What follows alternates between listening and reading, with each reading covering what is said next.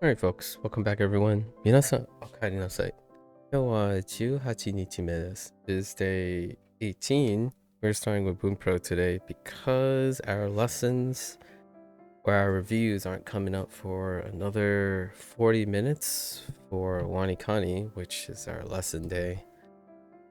We're gonna try to accomplish this first. The main thing yesterday was probably two thoughts. That's largely the tenses for the forms that we have from our N5 section for iru and aru, right?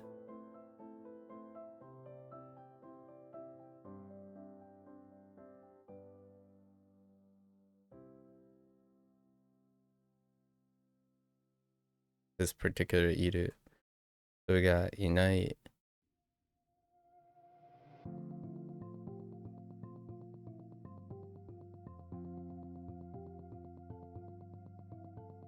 ita,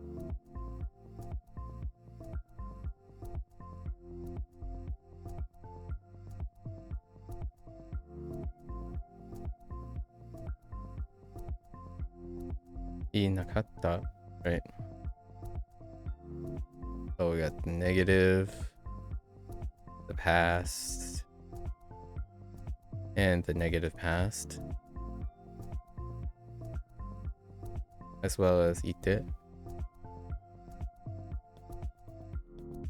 the te form.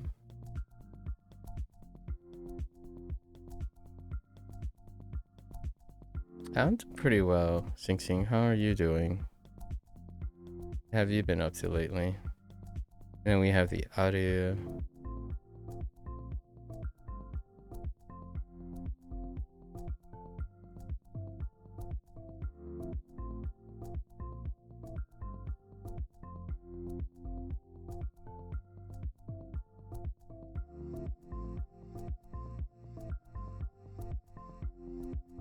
Night.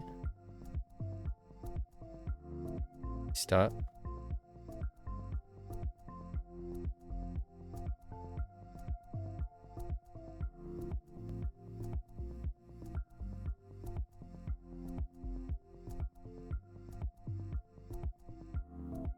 Nagatta. And shite. Right. For those respective tenses. Alright, so get into our lessons today. Alright. Doing good, just busy socializing. Fair enough. Fair enough. Mata, and then Eimasen. Still haven't done. Okay. Auxiliary verb. Oh, that makes sense. That would be this ma. Requires a right a form of the verb. Mata, and then verb teimasen is a regular expression that combines the adverb mata, which we had yesterday, mata, or mata.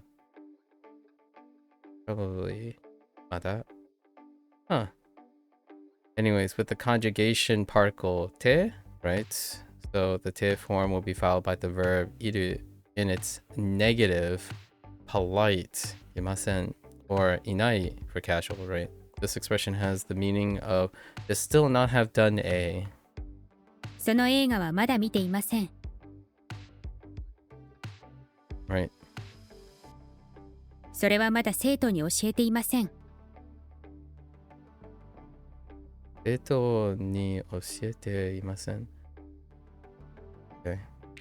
From these examples, it can be seen that this grammatical structure follows the regular rules of conjugation for the te form. Yep. And then we got this yesterday,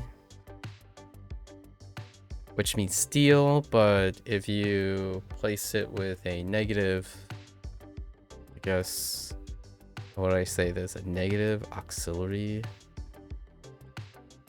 verb? Sort of. It becomes not yet. Alright. Oh, I see the volition. Anyways. Uh, so now we have using emo. MOE. Interesting. So noun, e adjective, non-adjective. Okay. Fair enough. So no verb. Plus temoi is a construction in Japanese that's used to express that something is okay. Yeah, like you can do it or it's fine. It is also frequently used as a question to ask if you can or may, right? There is going to be a few more of those. May do something. So, 電車でもいい。電車でもいい. I'm fine. I find if it's a by train. Interesting because so this one mean the de is gonna change with the type, right? Yeah, because technically you're using de and te with its grouping. So non-adjectives and nouns are the de and da, not it. And then e adjectives obey. And it looks like you need the k form, which we know from conjugating e adjectives in the negative form so far. お茶冷たくてもいい？ Like this. Oh no, yeah, like this. That's good. お茶使ったく、man. お茶冷たくてもいい？冷たくてもいい。Oh my gosh. お茶冷たくてもいい？冷たくてもいい。Man, that's something. 肉が好きでもいい。Okay. And this is non-adjective, right? Ski is a non-adjective. As can be seen with e adjectives, we will need to use the conjugation form, right? This is created by removing the e and then replacing it with a ku. This phrase is also regularly used without the mo, right? But it is considered a bit more direct or casual in those cases. It is best to remove the mo only when talking to people that you know well. So, demoi is a expression that literally means e, noun, etc. Mo also good, right? E is good. Similarly to the temoi grammar point that is used with verbs, this variant may also be used as a question. To do this, you simply need to follow temoi with a desu ka or the casual or the more casual no, right? 焼きそばでもいいですか？ Yakisoba. Oh, I didn't realize you can just write the rest. Interesting. That's soba part of yakisoba. これ食べてもいいの？ Alright. Okie dokie. I imagine we will likely get this part as our next grammar points. Oh no, it's not. Hi. Yeah, want to. So now it's just adding the tai form to all the verbs. And then you conjugate the tai form into its tenses. So in this case, I think the verb stem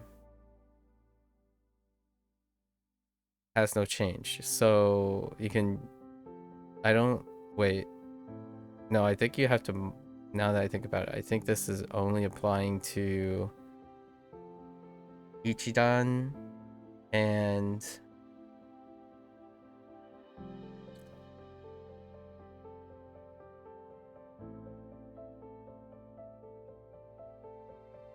no, it requires E. You have to go to the E column. So you're going to the E column. Actually,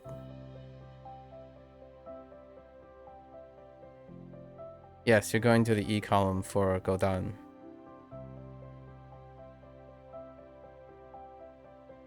So tai is an auxiliary verb that is used to express things that you would like to do or want to do. To use tai, it needs to be added to the same conjugation-based form of a word that mas would be attached to, which is the E column. 今夜はピザが食べたい。 Yeah, tabetai. Oh, yeah. For the E column for the godan, and then this taberu is a ichidan, so just lop off the end, the ru. プロの歌手と歌いたい。 No, shuto, kashito, tai. When using tai, the thing that is wanted can either be marked with o or ga. The difference in nuance is that something marked with ga is considered to be wanted more. Oh, interesting. Kinda, sorta thought it was the other way around, huh? Tai is conjugated in the same way as e adjectives, right? Meaning that the negative, past or past negative forms may also be used, right? 虫は食べたくない。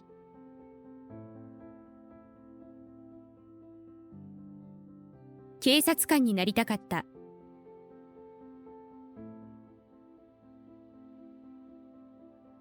I get a chance to review my adjective things. Yeah. 昔は先生になりたくなかった。 Tai is also used for expressing things that you want or repeating information or asking questions about what other people want. Okay, it may not be used to make guesses about what other people may want unless asking them directly.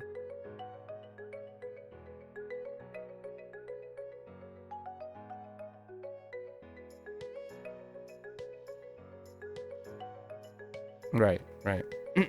So this is not used to make the assumption about someone, basically, which is usually considered very, either it's a combination of being too direct and too presumptuous and not humbling yourself, and it's like it's very presumptuous, so you don't make these. And that is interesting because I often find that as a cultural schism between growing up in the United States and raising with Chinese values. A lot of times you're whenever someone oftentimes people have the habit, actually in net speak, it's more habitual for people to presume, and they ask questions and they talk like they know what the other person is feeling, which is, that's a social norm, maybe a lot more characterized on the internet. I'm not sure about how generalizable that is to other cultures, but generally speaking, myself, raised in a Chinese household, and like very, I would say coincidentally overlapping in this value where a lot of things I say, I don't tend to presume what the other person may want or feel or desire. Generally, to remove that presumption, you can have those presumptions in your head, but speaking and declaring that is an entirely different story. So you can have schemas and archetypes and whatnot, but speaking to a person as though you declare what they are, like, oh man, you really do love this game, right? That is kind of okay. But in NetSpeak, it would be, you really like this game, huh? Or like, it's like a lot stronger, which you don't. It's like you would ask the person like, oh, do you like this game? Right? That's kind of very similar, but I still have a habit of saying, huh, or isn't it, whenever I suggest something about that person's feeling, because it's my habit. However, when I listen to other people talk online, that is not the case. Usually when they ask questions and when they make statements, they're inferring and presuming off of their pretense, which that's where you can differentiate between individuals who Now, I'm not saying NetSpeak is completely filled with that. When someone is like in an English speaking country, for example, when they are in a professional field or they are in public speaking, typically the language that they end up encountering and normalizing is one of inquisition and affirmation and confirmation, in the sense of trying to make sure their presumptions are correct, not to indicate that they know what's going on. And that's usually to avoid things like unintentional gaslighting, which can happen. When I talk to individuals, they say, how can you unintentionally gaslight someone? And isn't gaslight always intentional? Well, yes and no. When you ask someone and talk to someone based on your presumptions, that is still gaslighting intentionally, because you know, or you're assuming what they know and feel, and you're doing that. But to the person who's doing it, they could say that's unintentional because it was not their intent to gaslight the person. So it's yes and no. Like, the intent's not there, but you can still do it because it's based on your your prejudices.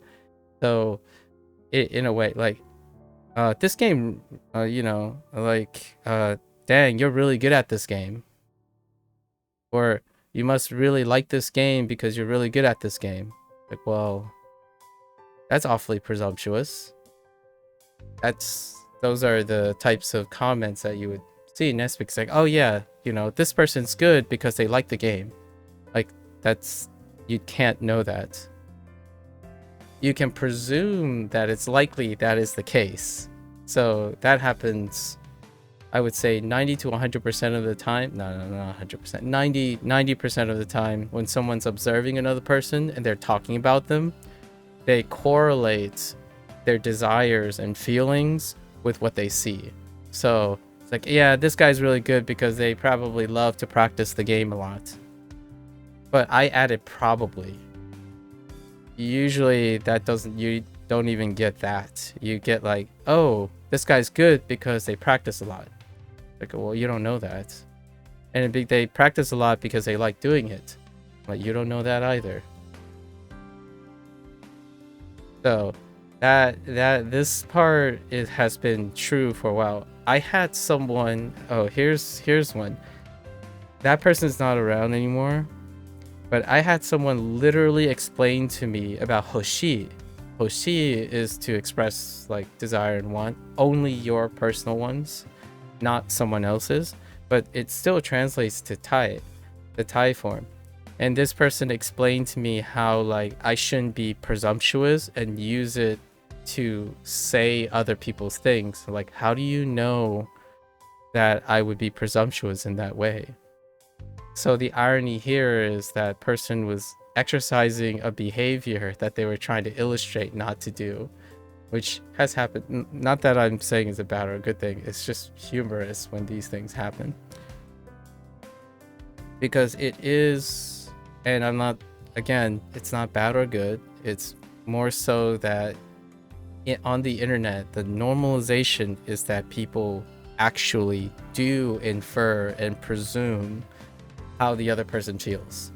That's actually kind of one of the reasons why there are a lot of miscommunications, in my opinion.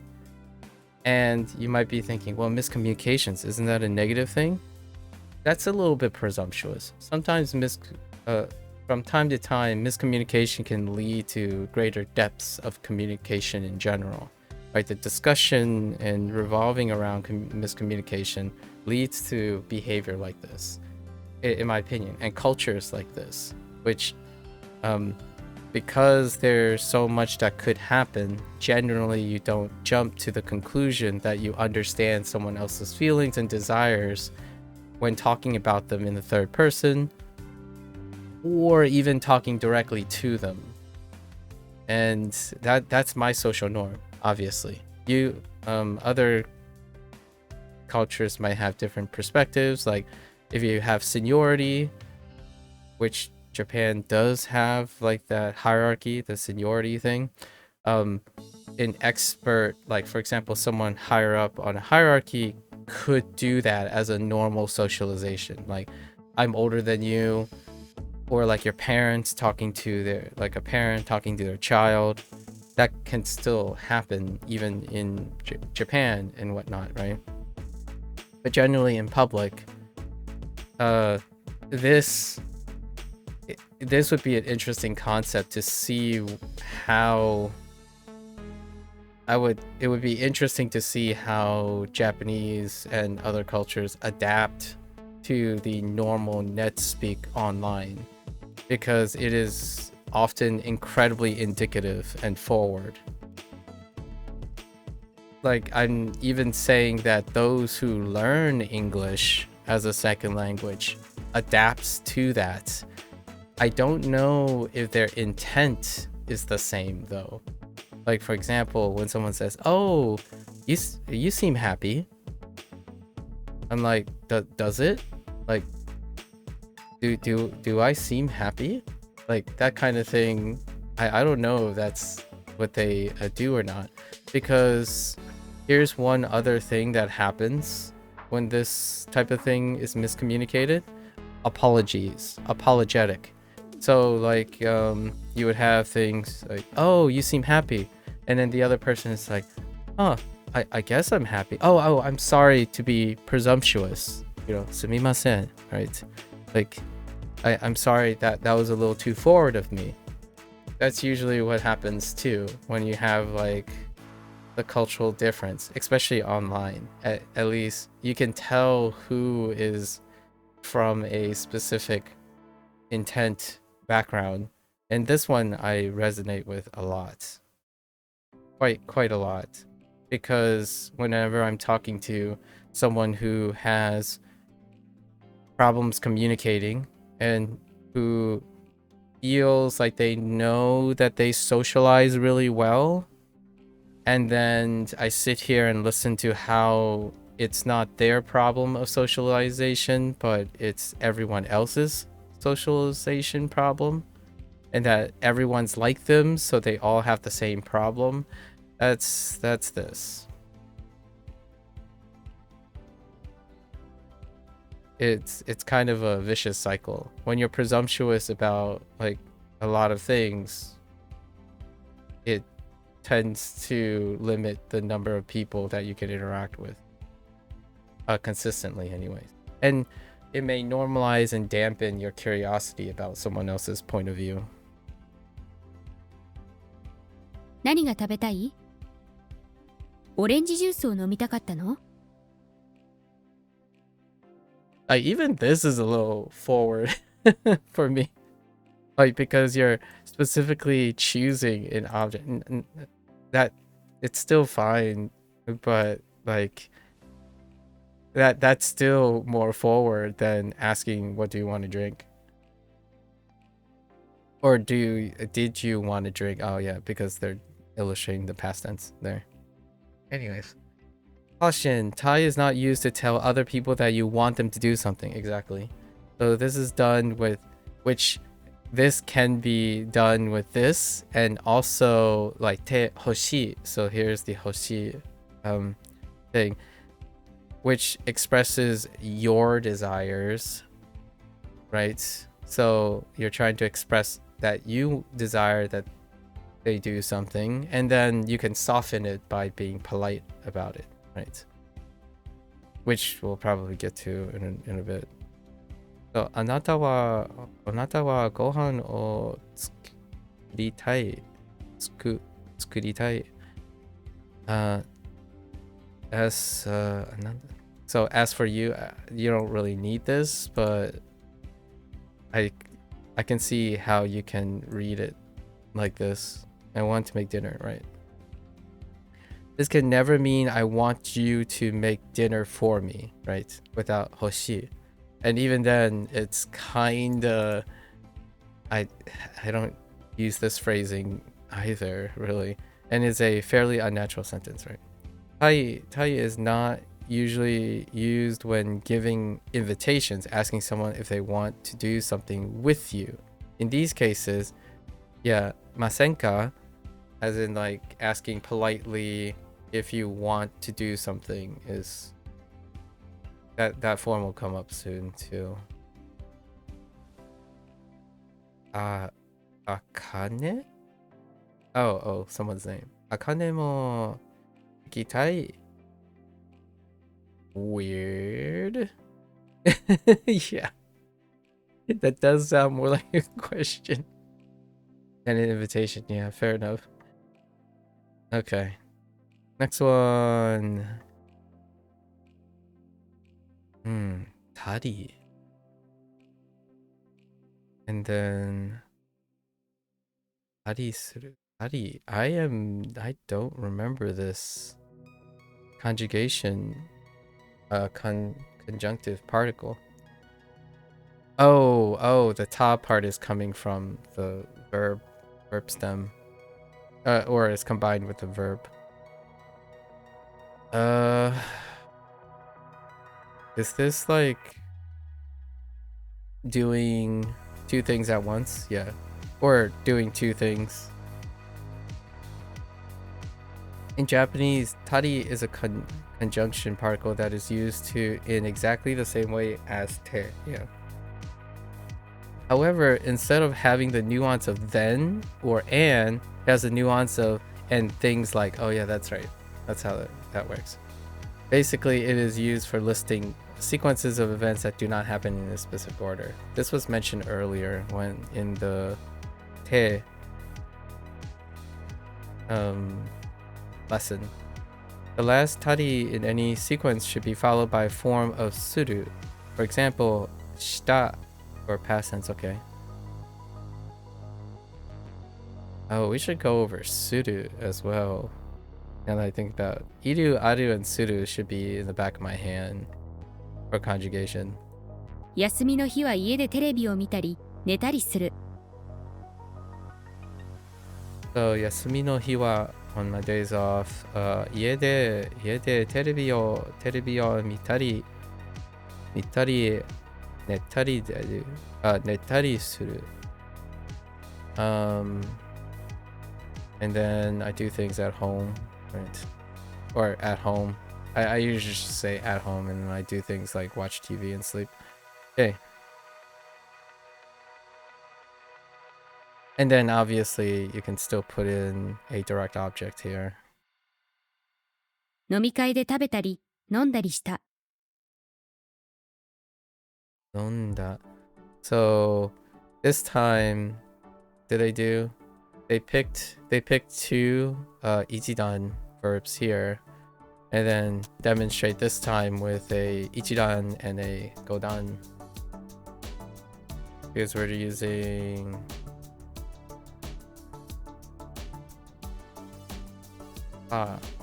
which kind of is like how the casual past tense work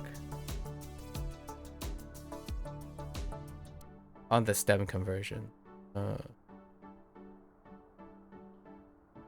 So like nonda, right? Nonda, that means like you also have like ita for the ku and gu and whatnot. From these examples, we can see that tari will sometimes be said as dari. This happens with the same verbs that usually use da for the past tense. Yep, there it is. Like yonda, yonda, or de for the te form, like okuite,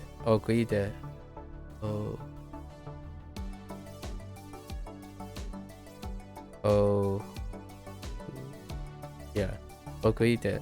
This will not change the meaning at all, and is only to help make the word easier to say. Intriguing. Anyways, to summarize the difference between te form and tari is as follows. Events in order. I did A, B, C, D with te. And then events in no specific order. Tari, okay. Tari is frequently used when there's only one verb in the sentence. Wait a minute. Tari is frequently used when there are only one verb in the sentence. This just means that the speaker did things like A without specifically listing anything. Oh, okay. 昔あそこの池で泳いだりした。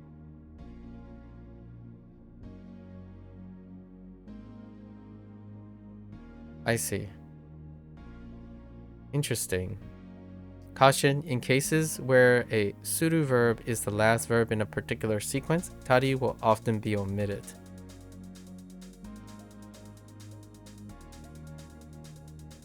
Oh, and a suru verb, I see. The top ones were not suru verbs.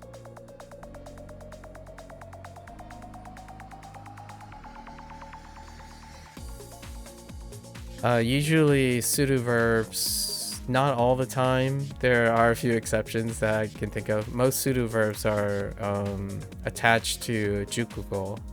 Jukugo, just jukugo words. So,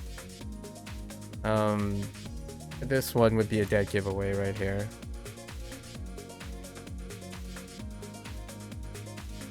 And then they even added mo.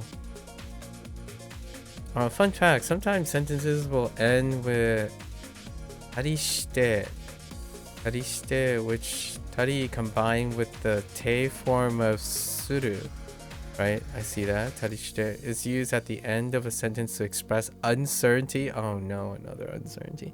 Uncertainty, ambiguity, or that something that is unlikely may actually be true. That something that is unlikely may actually be true. Okay. It can also be used in a joking way.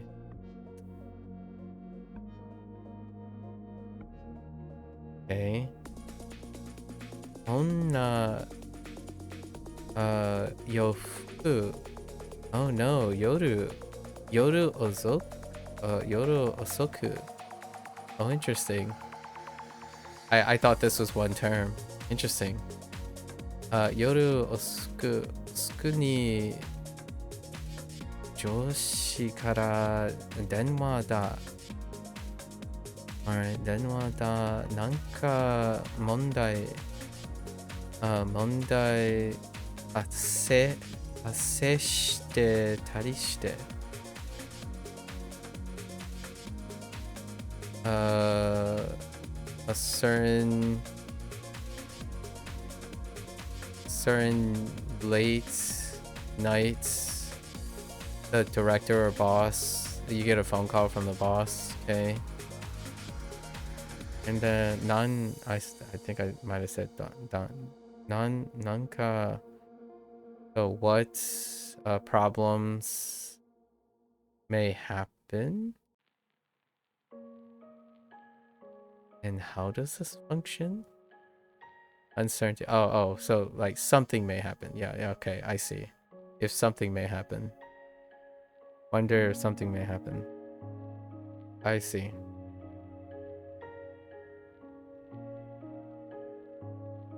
Huh. そんなこと言って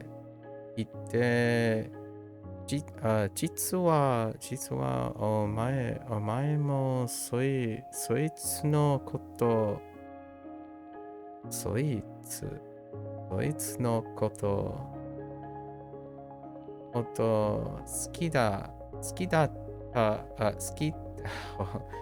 ったりしてski and then da because of right, and then tarishite. Oh, that's because past tense. Yes, past tense into that. Oh, that's complicated. Okay. Inferred, you say, yeah, the truth, but the reality is that you like her.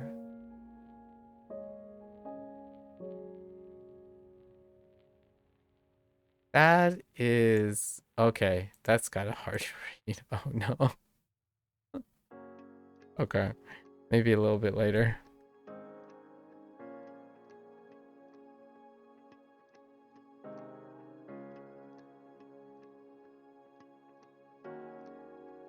Okay. We might have had a little too much fun there. Quite a lot, fairly, rather. Keko. Ne? Yes, keko. Or keko. Nope. I think it's keko. No, I think it. Oh no, it's keko. Oh, now I need to hear it. 結構走ったね。 Keko. Keko. So keko plus phrase. Right? Said expression. Keko da. Okay. What do you mean by said expression? Alright, so keko is a non-adjective, right? Clearly a non-adjective. That's actually used more frequently as a sentence altering adverb. Okay, than it is as a non-adjective. Which, what this means is that it's regularly used before an entire phrase without na or da. Yeah, okay, I see what they mean.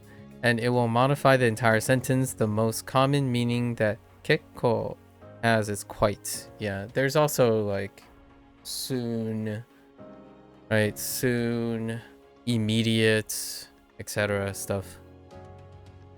結構走ったね。 kekko hashita ne. Dane.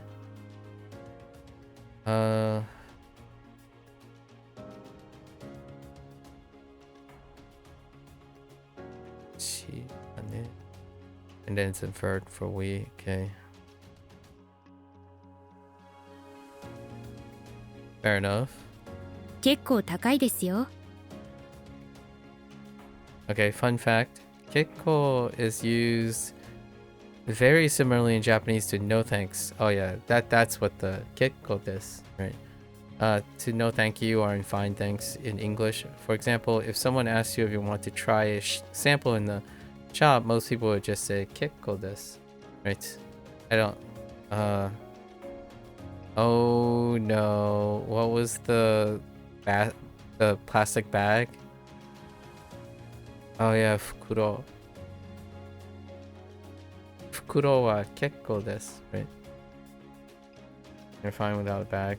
Obviously, daijoubu desu is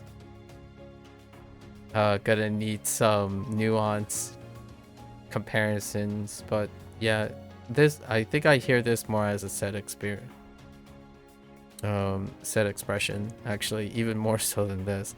I didn't realize it's like this is true, but I didn't make the connection that that's true that it doesn't have a na or a da, despite possibly being an adverb.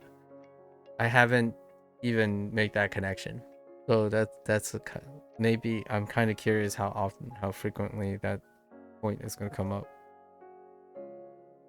I wouldn't have placed a na or a da after kekko because of how common it is to be in this like type of expression, not so much being used as an adjective. So it's rarely, like, I rarely see this as an adjective, which would probably require, is there an example? I mean, I'm not sure if they're going to use an example later as this as an adjective, despite it being infrequently used as an adjective. Okay. And obviously, if you're using Chinese, which kekko is, I think it's still the same. It's similar. You don't have any of those things. So all the like other particle things, you don't have any of that. Just place it next to the thing. It's usually in the beginning, like before, same place. All right, steal. Wait. How do I?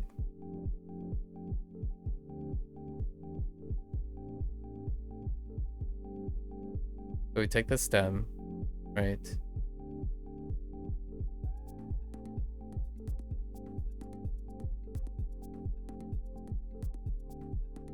Oh, wait.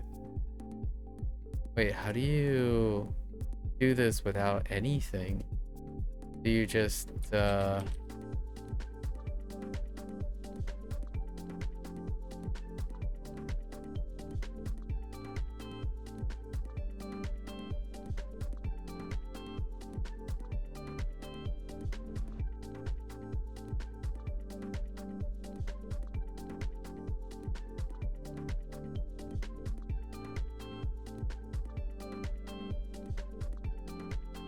wait, negative progressive? Is that what they...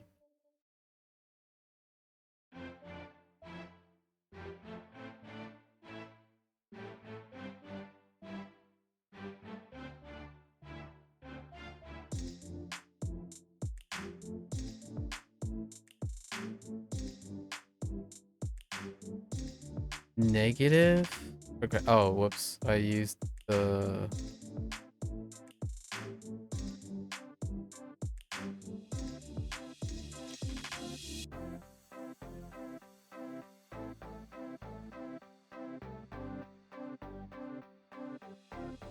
まだ食べていません。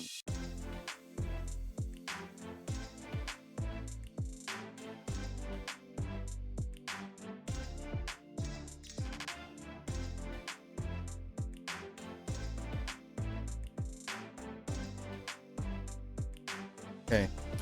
I just have to review this stuff.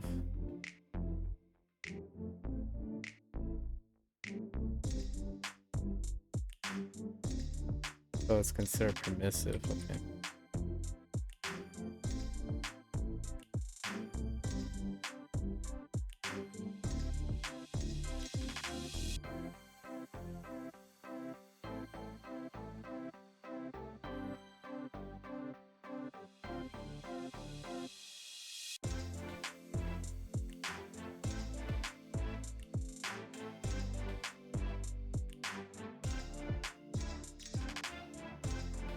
Oh no.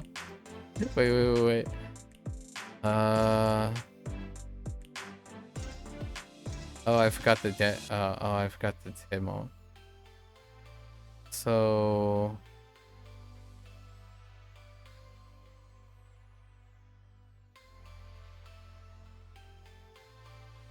高くてもいい。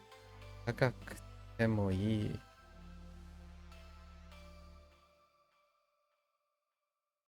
Hold up. So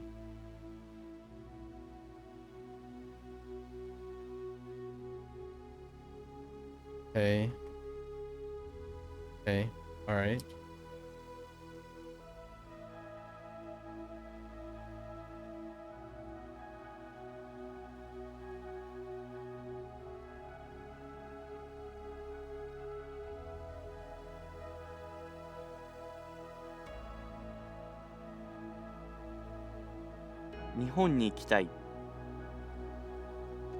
It's so interesting to see the English, like how like the English is described.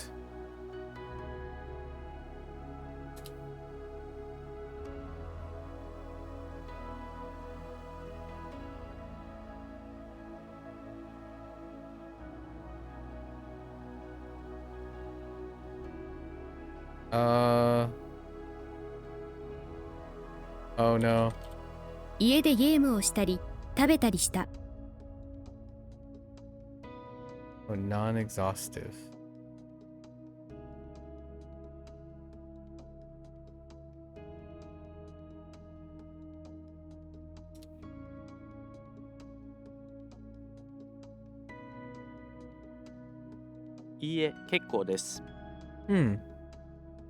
That's written out in kana.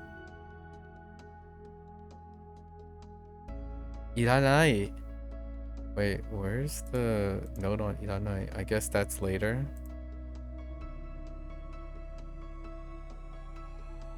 There's daijobu. Yep. Yeah. I don't know they're gonna compare all of them. I don't know we have a grammar point for daijobu yet. And E, yes. I think we already have this point, so that's fine. Iranai, not sure we have a point on that yet.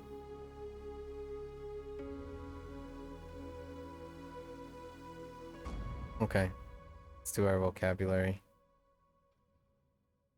Minami, okay. Ohayo, yep. Furu. This is the falling thing, precipitation falling.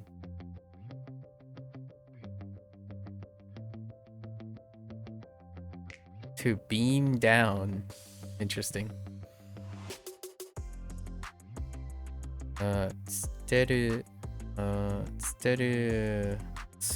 Steru, right, to throw away. Abandon, to desert, to give up. Dump or discard.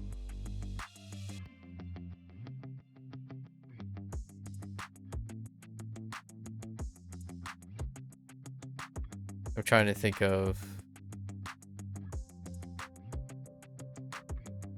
what my mnemonics are. Okay. Kanpai, fair enough.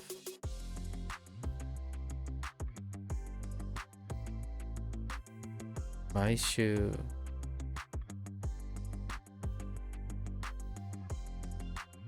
Tori.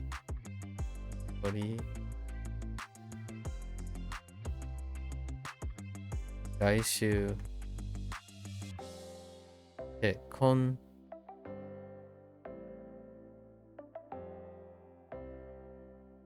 Tokidoki. Tokidoki. Sumu.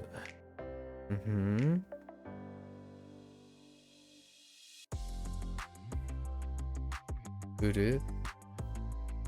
To pick a fight. Interesting.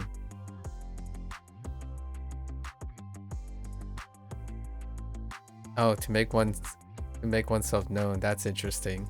To sell, like to sell yourself. Oh, even to sell out. Interesting. Oh. Ah.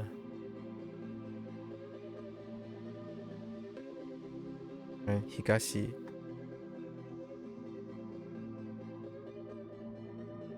My suffix.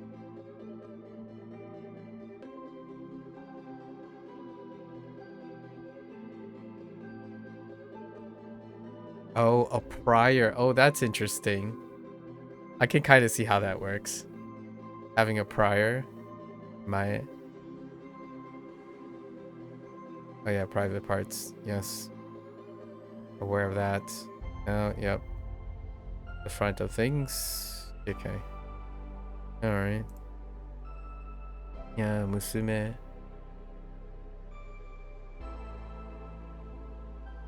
Naku. Cry. Suffer, to be troubled by. Oh, okay. To do reluctantly. To be not worth. Oh no, to be not worth the name. To suffer, okay. Lament, okay.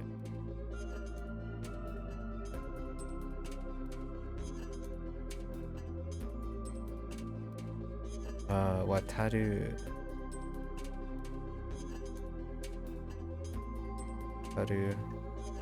Crossing the street and stuff.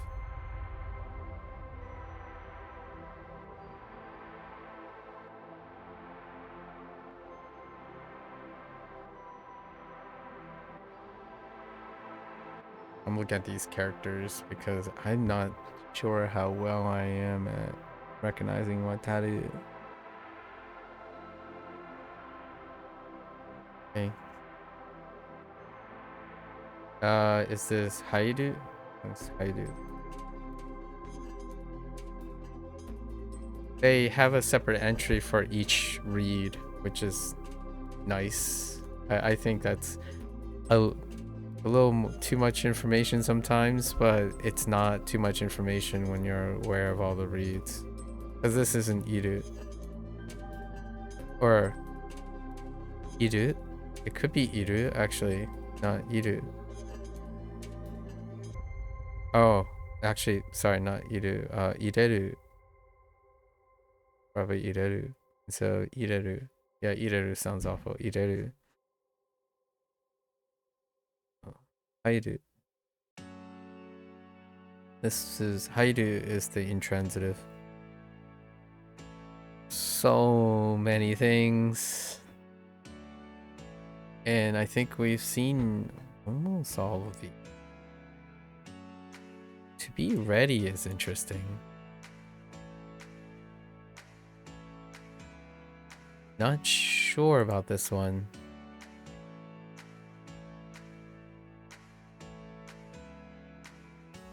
Everything else seems pretty okay. Dake. Dake. Sorry, not dake. Dake. Dake. The thing that I can remember is like dakedo. Only just merely simple, no more than nothing but alone. To the extent of, hold up. Takeda. 僕が愛しているのは彼女だけだ。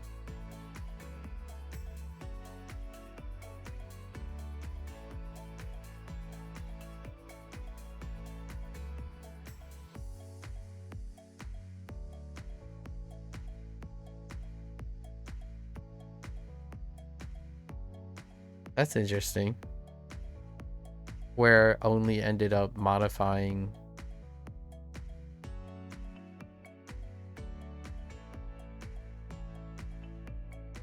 There's a bit of an interpretation here. This one less so.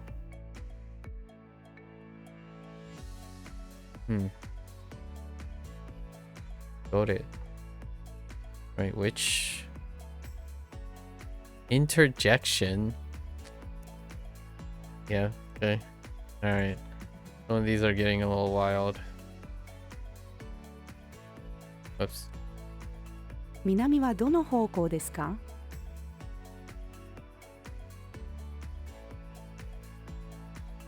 父が息子におはよう。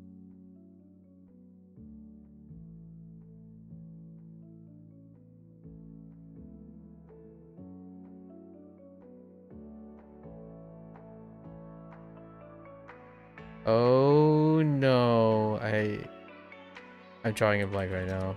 Dang it. All I can think about is wait. And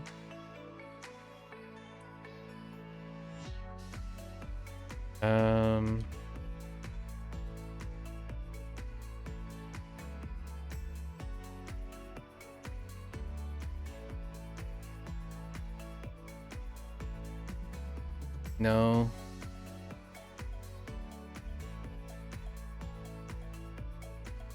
Oh.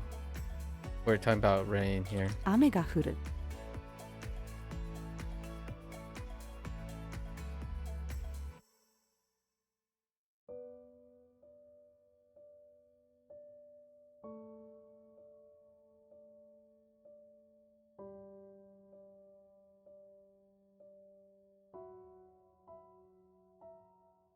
Oh no. I really need to go make sure I know the endings for the endings for the stuff, for the verbs, if I'm gonna try to recall them. Oh, this one is 古い洋服を捨てる。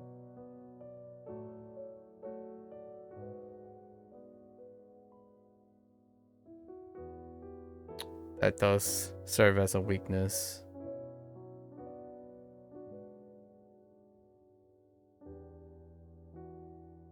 Being so kanji forward.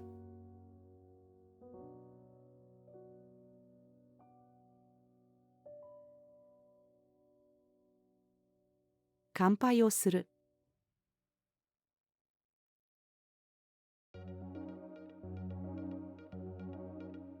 彼は毎週カレーを食べる。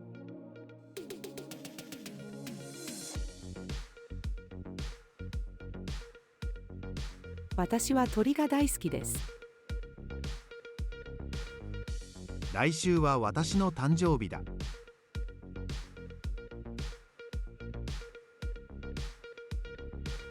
Sudoer. 結婚してください。私は時々泣きます。外国に住む。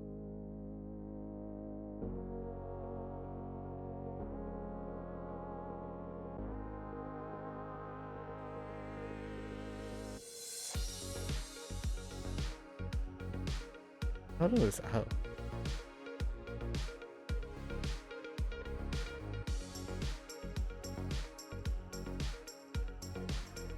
Do I have the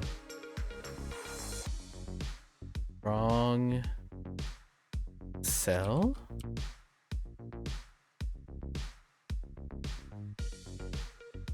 Oh, yeah. リンゴを売る。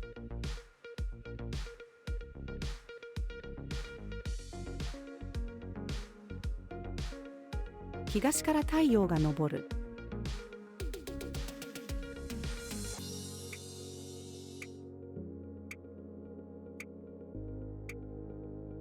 彼の前に犬が座っている。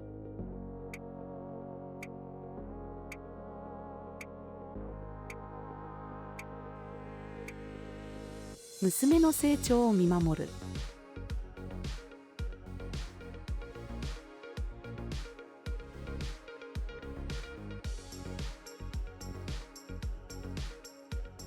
Interesting.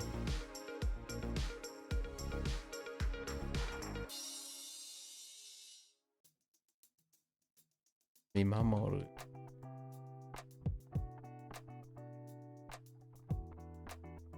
親の前で泣く。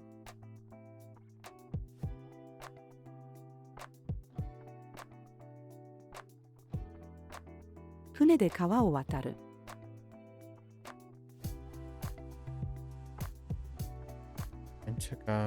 電車がトンネルに電車がトンネルに入る。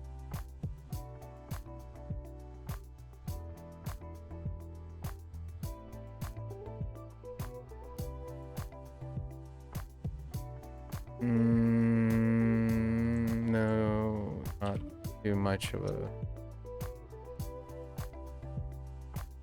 a. So which only was it?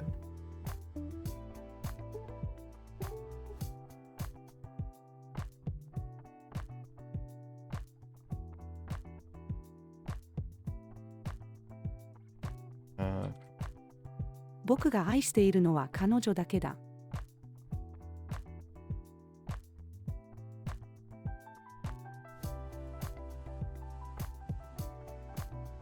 okay.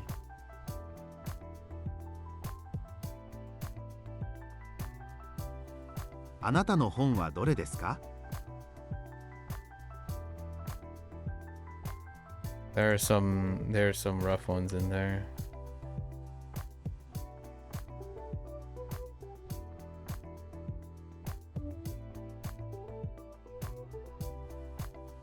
Okay, so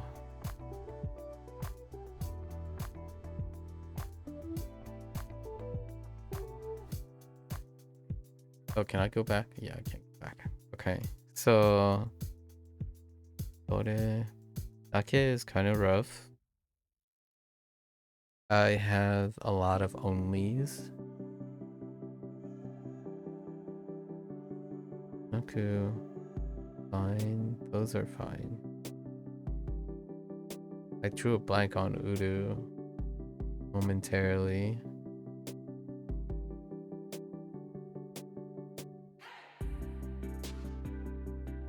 And also steady. The tail got lost. And also Furu. Yeah, Furu.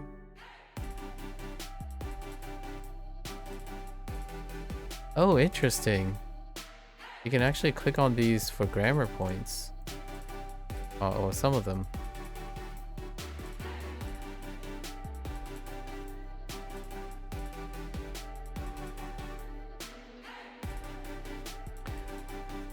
Alright, 107. Let's do our 20 grammar. I am not too... Yesterday's not too great.「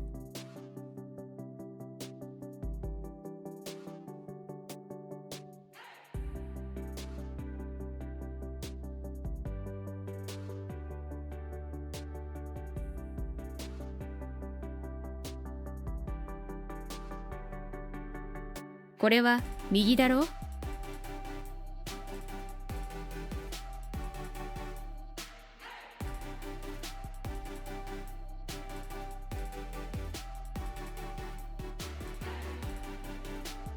Negative assertive command.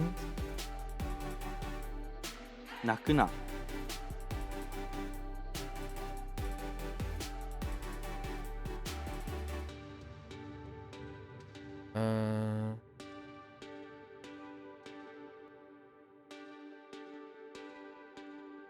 選びますか?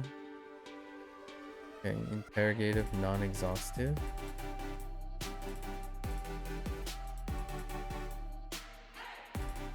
どれを選びますか?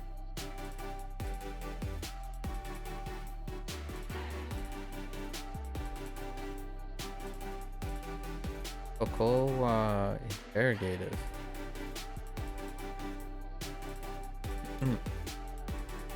ここはどこ? Wa doko? この服が、away from both parties. Whoa. What?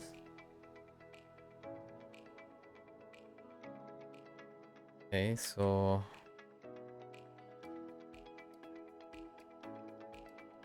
この服かあの服を着ます。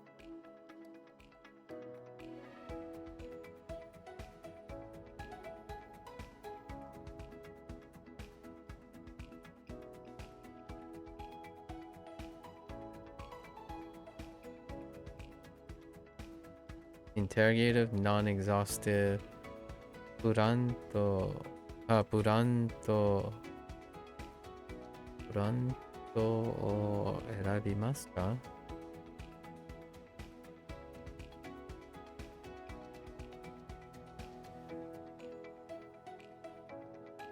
Or no, sorry. どのブランドを選びますか?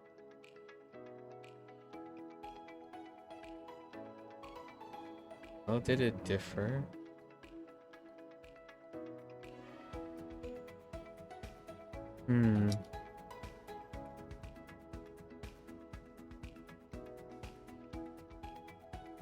What?「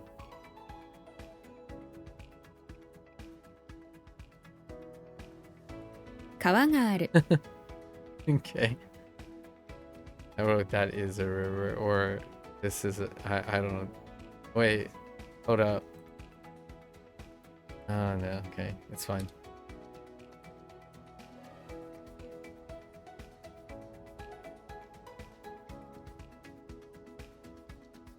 美味しいピザを食べる。 This is talking about e adjectives.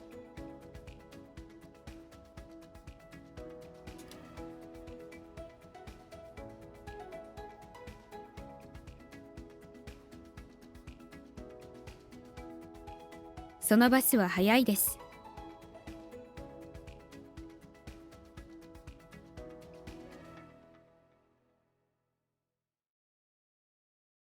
Heck.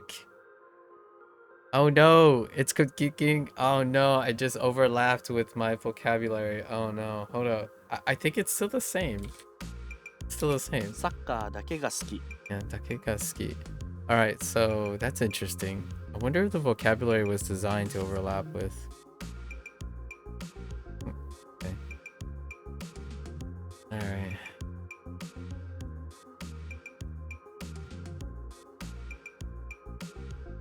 Okay. Article and restrictive. I think there was a comment about this that I don't remember. Like it's a different comment.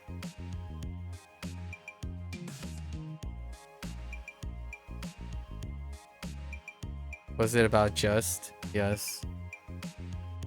It was about measurable and immeasurable things. Right, adjectives are more of a measurable thing and nouns are... Okay, alright.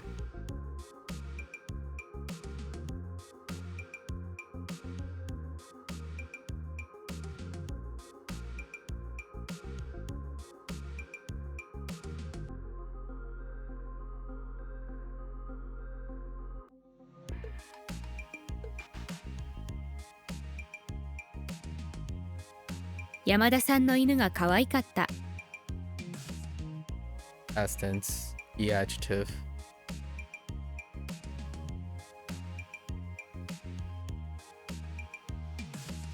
Tomoko wa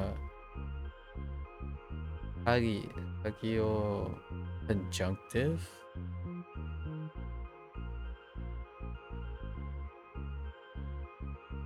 Conjunctive. かけました。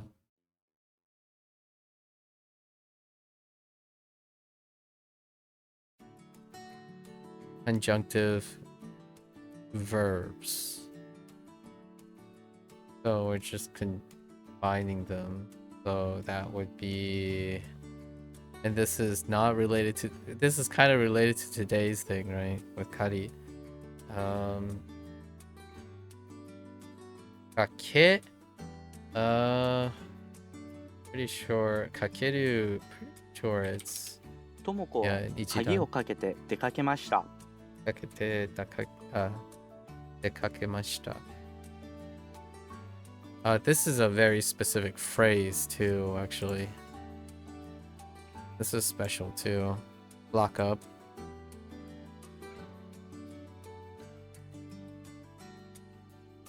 It's a paired phrase.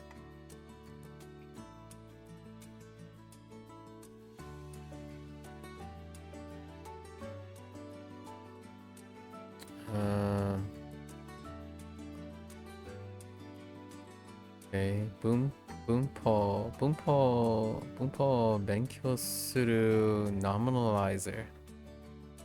Nominalizer. Yes.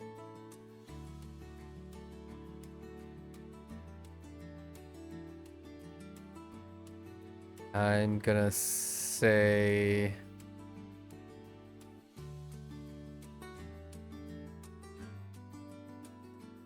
the one who.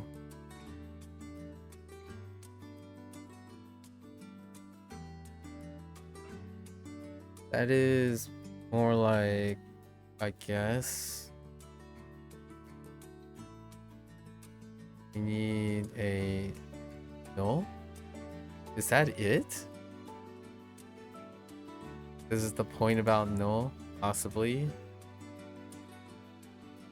I don't think of anything else. Let's try adding some. Oh, right. Wait, suru after. Oh.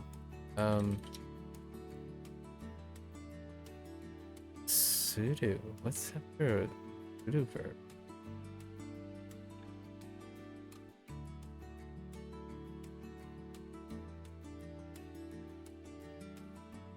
What? What comes after a suru verb?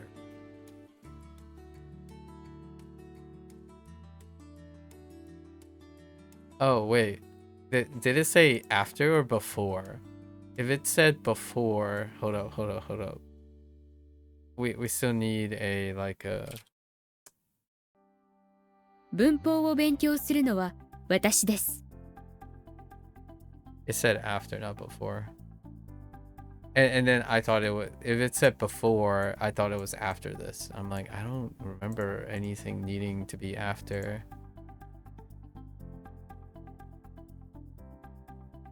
Okay, no wa no ga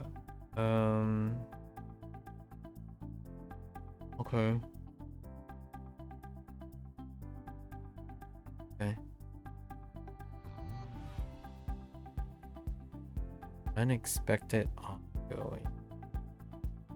How did this work?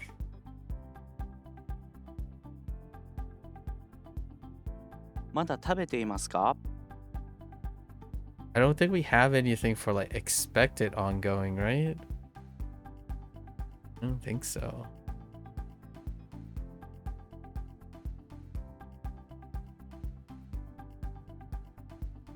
Mole is also unexpected.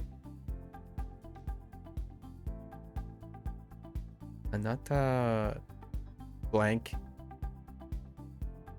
Anata blank desho.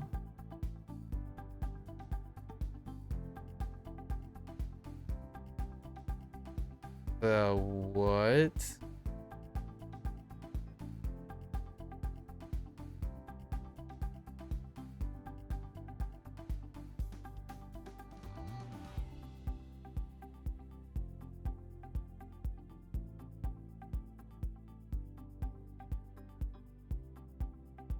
あなたがいるでしょ Okay.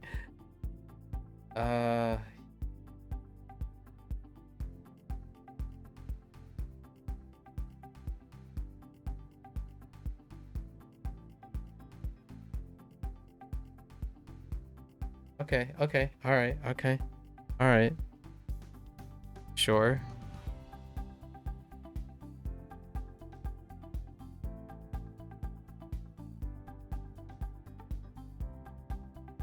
Okay. 絵は高いですか？この時計は高いですか？ Okay. 教える。No, 覚える。覚える。No. Yes. 覚える。覚える。Polite, emphatic?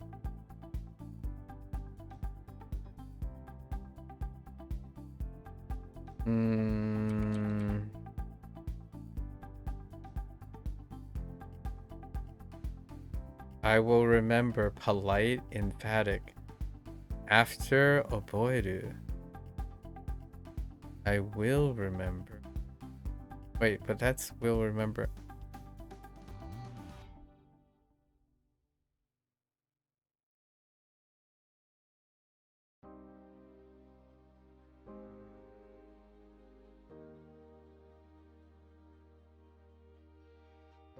I mean,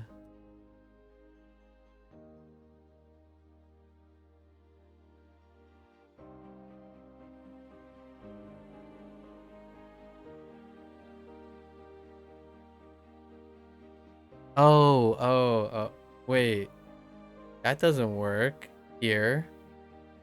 Does it? 覚えるんです Okay. Okay. Oh, I could have went with know this. Oh, could have. Oh, wait. Oh, that would qualify as polite. All right. Okay. 日本に emphatic. 日本語の勉強行く？日本に after go.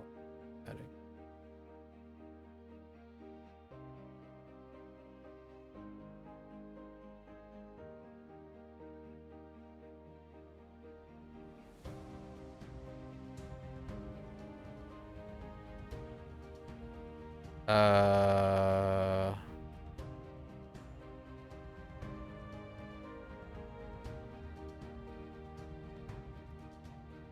Like, is it default emphatic when you type like that? Oh, no, wait, like, oh no, iku is special. I want to say,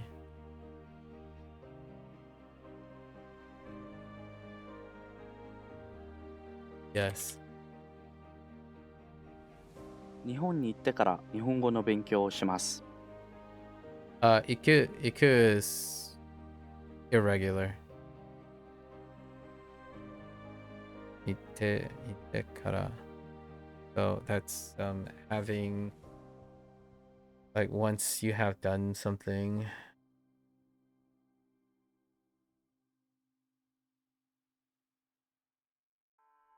Attic. How does that differ from?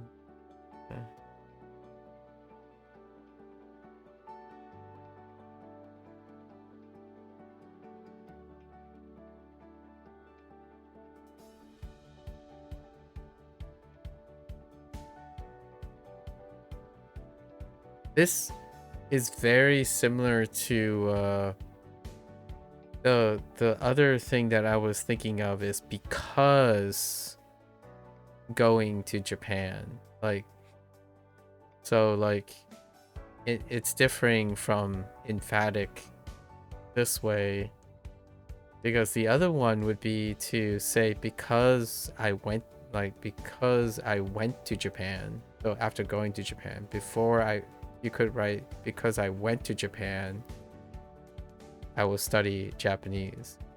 So I was thinking of the other point and how it relates to this point. It's kind of interesting because the other point would also use kara as well. Don't wield it well enough to know how I would change the first clause yet. バスは、今大阪にいる aggressive polite.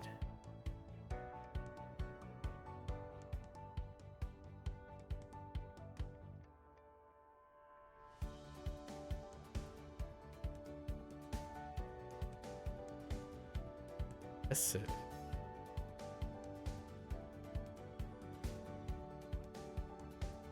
How do you polite progressive?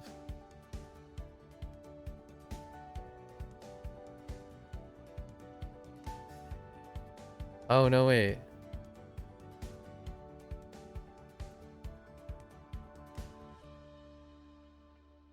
Bus は今大阪に来ています。And kuru is irregular too. Oh no. Yes. Kuru is irregular as well. I remembered the point for 2 days ago that this is the thing that carries the tense, not this thing. So I was immediately, when I said, oh, I'm going to try to conjugate this into the progressive and then add a polite, I was thinking of des here. And I'm like, no. Yeah, I do that a lot. Kind of throws me down like a dead end. Right. Both of them are unexpected, right? So we don't have anything that expresses expected. もうその本を読んだ。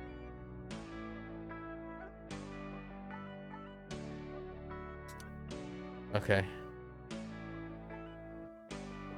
February is when we start practicing, like really practicing all these things.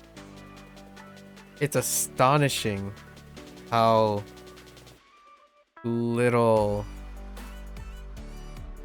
all the little things that are easier to read and put together than the output, right? Human. Very human. Alright, let's see if we can... all these sentences, though, the vocabulary sentences are great because they kind of vary, and then I can pick up and see how to explain the parts of the sentences as I'm reading them over time. 冷蔵庫が空なので買い物をしなくちゃ。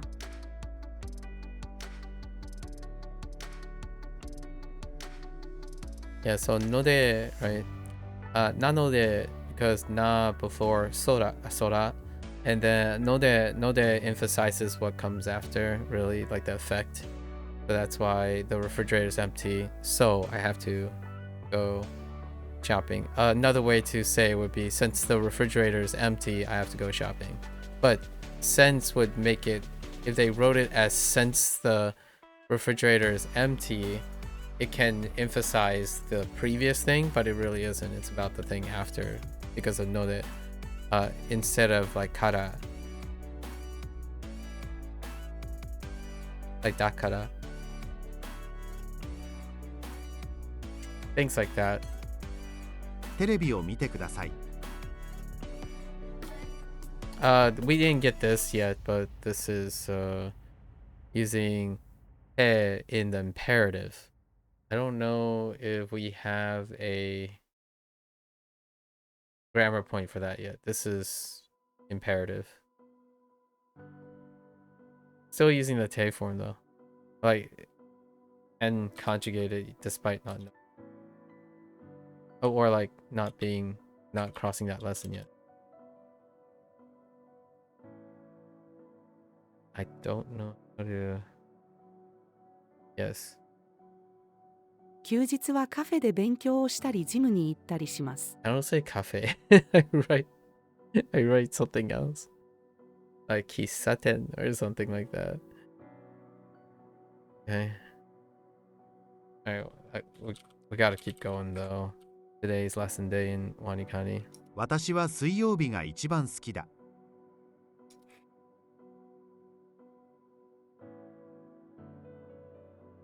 I start. Oh, whoops. Transitive. 朝5時から勉強を始める。これは赤色の車です。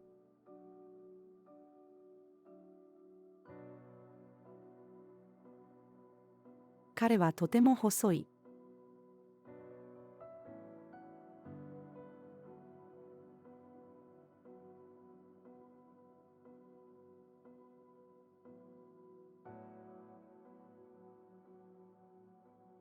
彼女は賑やかな人だ。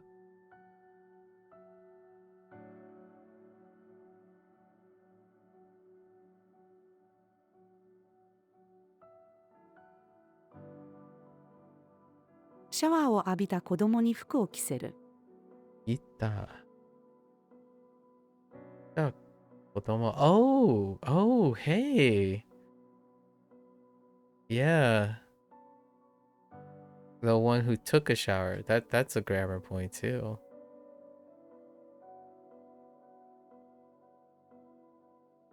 That's used before. That's interesting.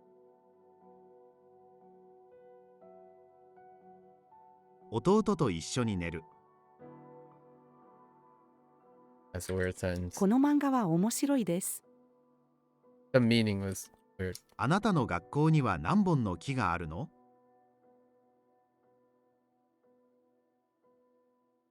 Say what?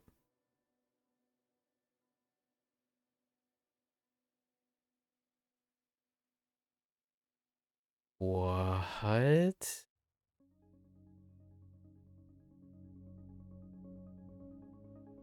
Oh.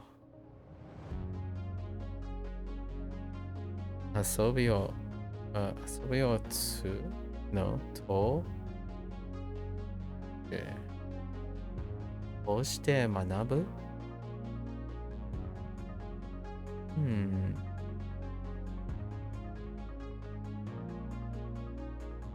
Yeah, it makes sense put together.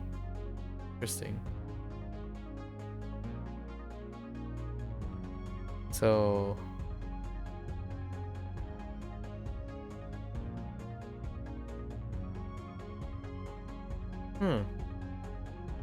I wonder if this is a construction.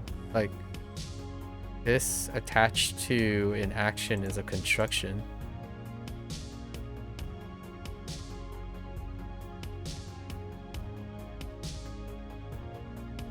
私は辛いものが大好きだ。That's okay.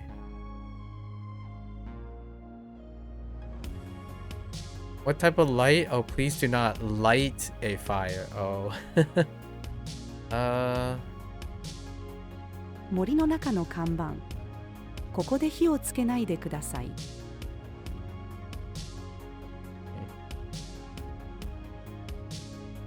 あなたは牛肉が好き？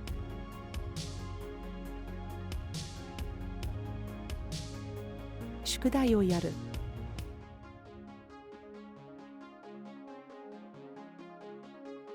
Yeah, Yaru, I just came across this recently today when someone was like, "Oh, hey, here's practice your sentence today," and they were going over it. And Yaru is the like more, it's suru, but the more like casual, colloquial do, as opposed to suru.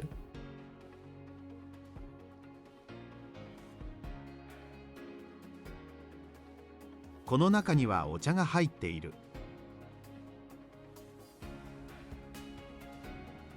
今日は風が強いので傘をささない方がいい。ささない。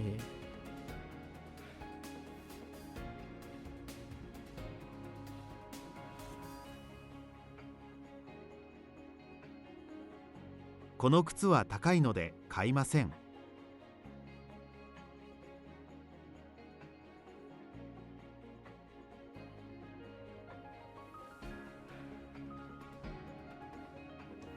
あなたは背が高いですか？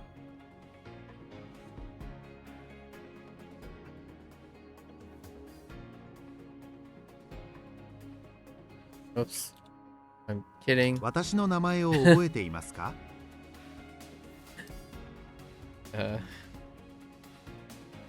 あなたは土曜日が好きですか？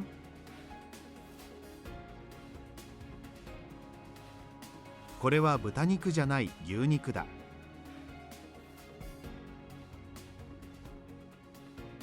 Okay. I'm kind of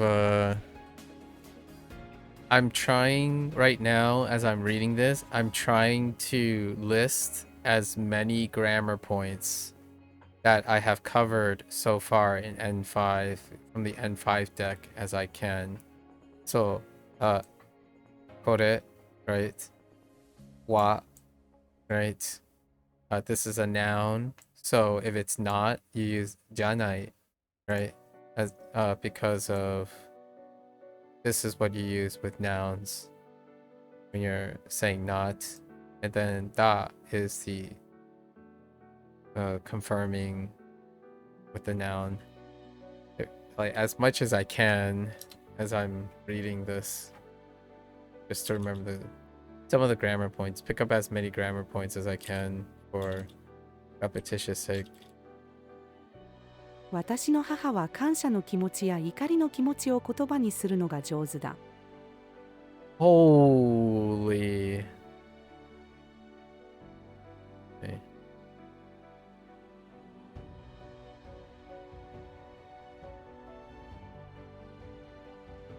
Okay.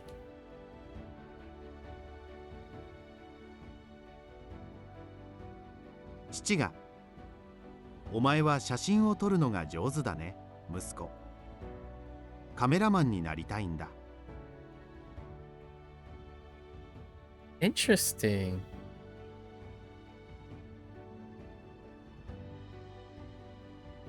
Camera I'm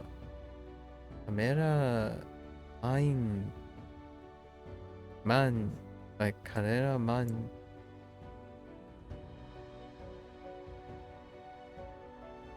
Have something with yacht. Like I imagine something with yacht.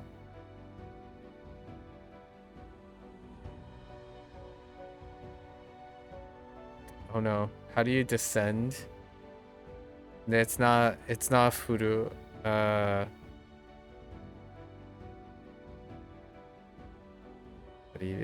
Ari? No, ori. Not ari, ori. 今、木から降ります。Yeah, that's why I typed like oru and oku or something like that. Or various forms of o when it earlier on the vocabulary, but then I noticed that it was raining. They were looking for rain. So furu. Oh, furu. Furu.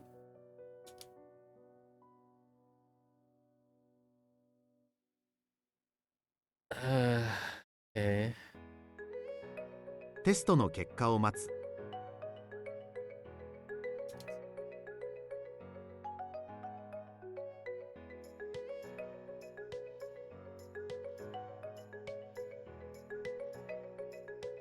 国語の授業が嫌いです。千里。どの季節が一番好き？隼人。秋かな。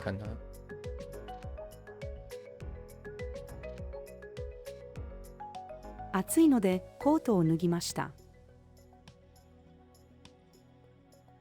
川で魚が。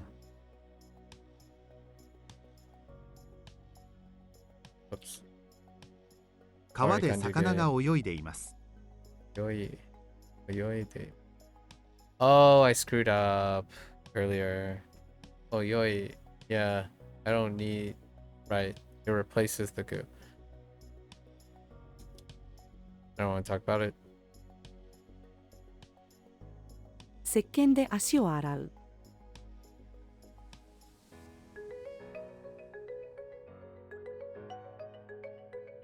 友達と電話で話す。スーパーで友達と会う。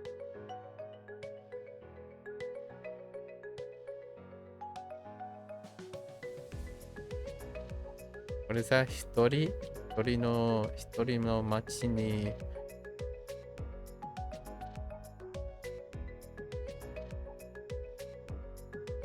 隣の町に出かけます。隣。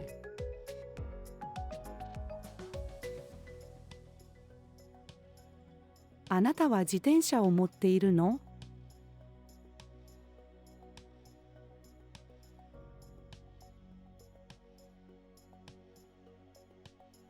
明日は昼から夜までバイトをします。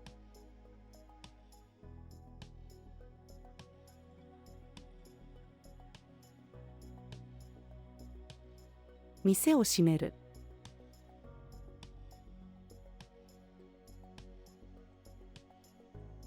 I think this is not the. Oh no, piano practice. Okay. ピアノの練習をサボる。I thought it was gonna go for a hiku or something. 友達に名前を tell is more like 友達に名前を教える。母が義母に、私の子供を甘やかさないでください。さないでください。Spoil. Interesting. Yes. That's the please don't one. ないで is the. So what is that? Amayasu? Amayasu?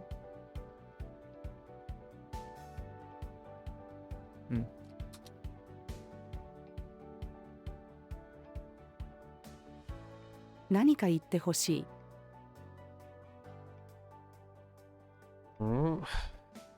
生徒。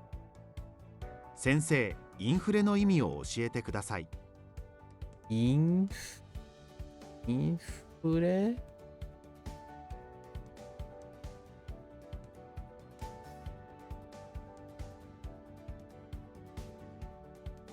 ？Heck.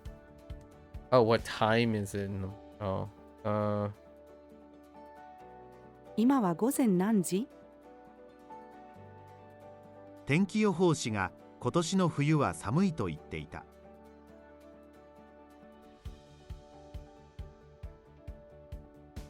太陽は東から昇り、西に沈む。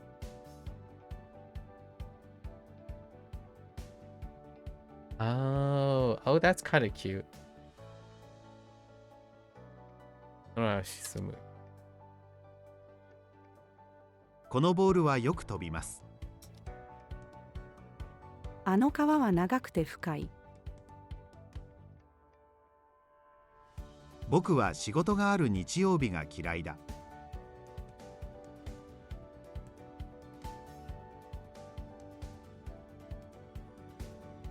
ね? Let's use the formal version here. Oh, wait. I bought two. Oh, yes. スーパーでお菓子を2つ買いました。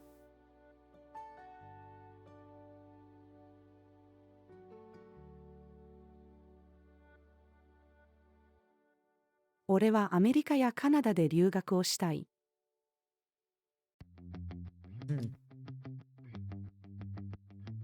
その切手が欲しいです。Yep, because my reviews aren't up for Wanikani yet. 明日はいつ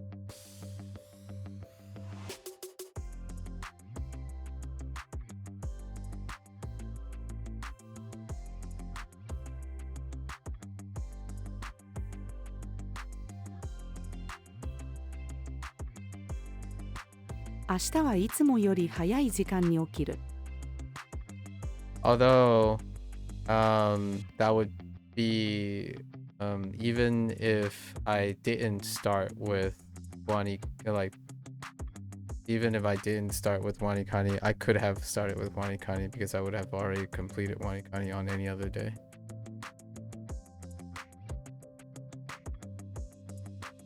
But today is special because the reviews aren't up yet. Whoops.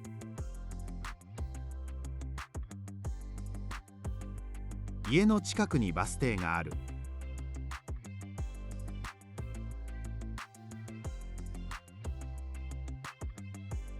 土ぼこりを浴びる。あれは非常に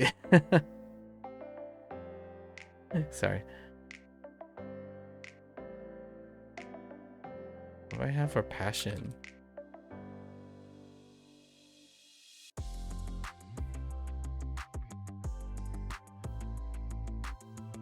Passionate person. Lively, energetic. Oh,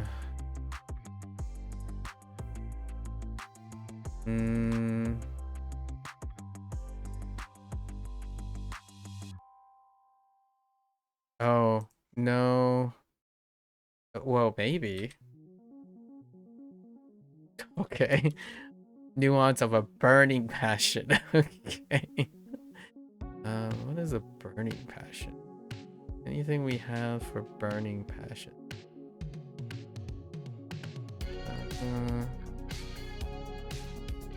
I don't think that works.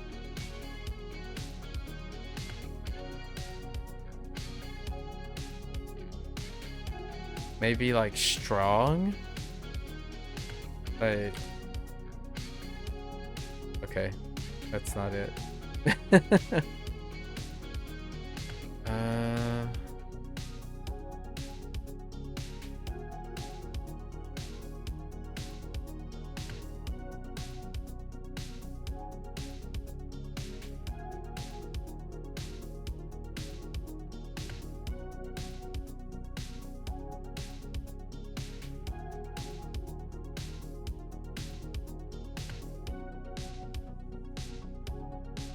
Not that, but I kind of want to know if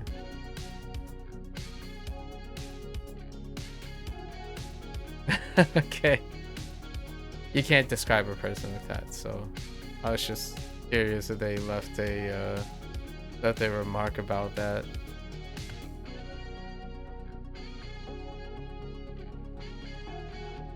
You're doing your first Italki lesson today. Should be fun, but a little nervous. Ah, Italki. Yeah, we haven't talked about that.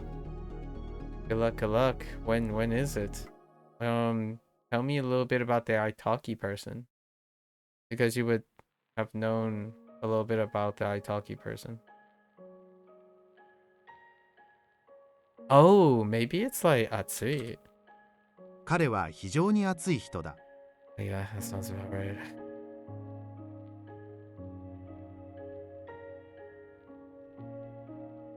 More casual. Okay. マリア、あなたはピアノを弾くの？マット君。だけど少しだけ。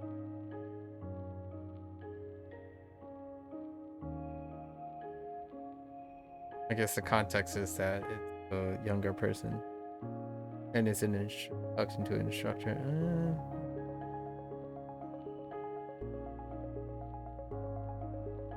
タクシーを呼びます。あなたはカレーが好き？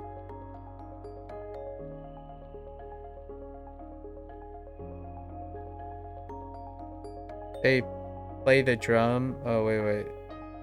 They play the drums too, and they were recommended by a friend who used it a while ago. I see. Drums, huh? Well, you can certainly plan a lot of discussions around drums. When you say they play the drums too, that I'm presuming you're inferring that you also play the drums? Or do you mean your friend plays the drums?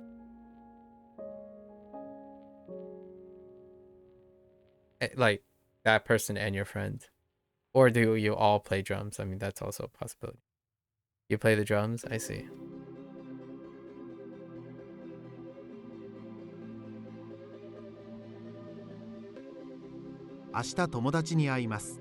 That's interesting. I do like that they added a parentheses to meet, because you certainly could say a lot of other things, but I would be the jerk reflex for this one.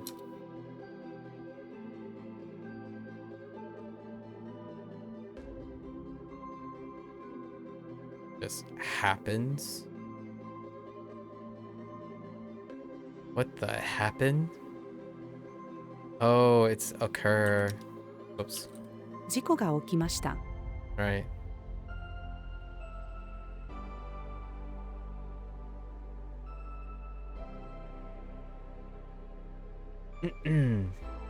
Densha ga tomataせいで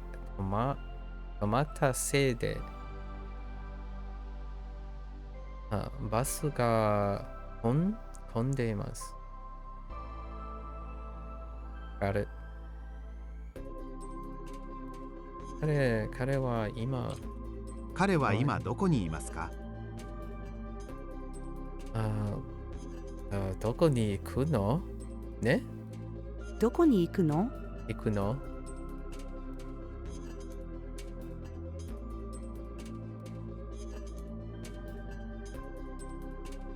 この道は車が通ってはいけない。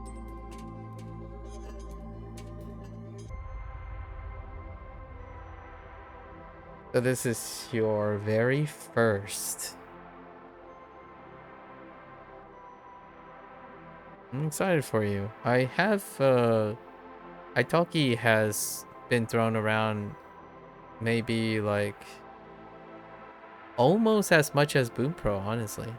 So like the top 10, like if I had frequency, right, in the last 2 years, top one Aki,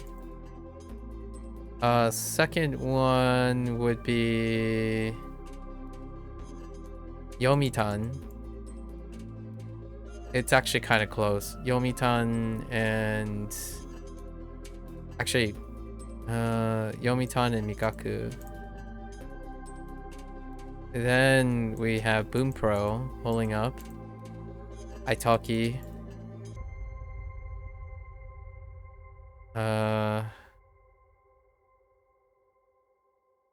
We're talking about Japanese specific, so we're not talking about like others.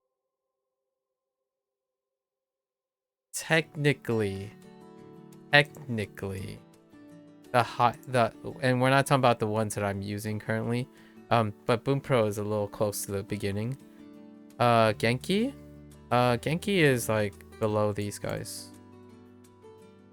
And then minna nihongo is also below that. And then the only reason I'm adding Bunpro to on this list is because if I were to be like super top on everything, the first thing that's actually mentioned is Duolingo. But I was on Duolingo, so that would not help. And then now, and this is before Bunpro, so this is the list before Bunpro. That means that's why I'm not mentioning Wanikani.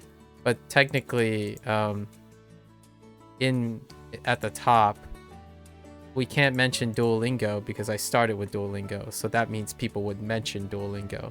But before Wanikani was actually at the top. That is how I got my order. That's why these things are the way they are. Actually, you could take a special nod to right about here, ChatGPT.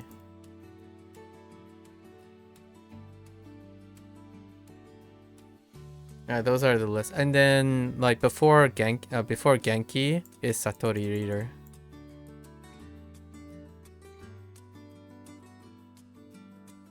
And we're still focusing on Japanese specific things. So that excludes things like LingQ, Lingo Deer, Babel discussions, Pimsleur discussions, or jokes about Rosetta Stone and things like that.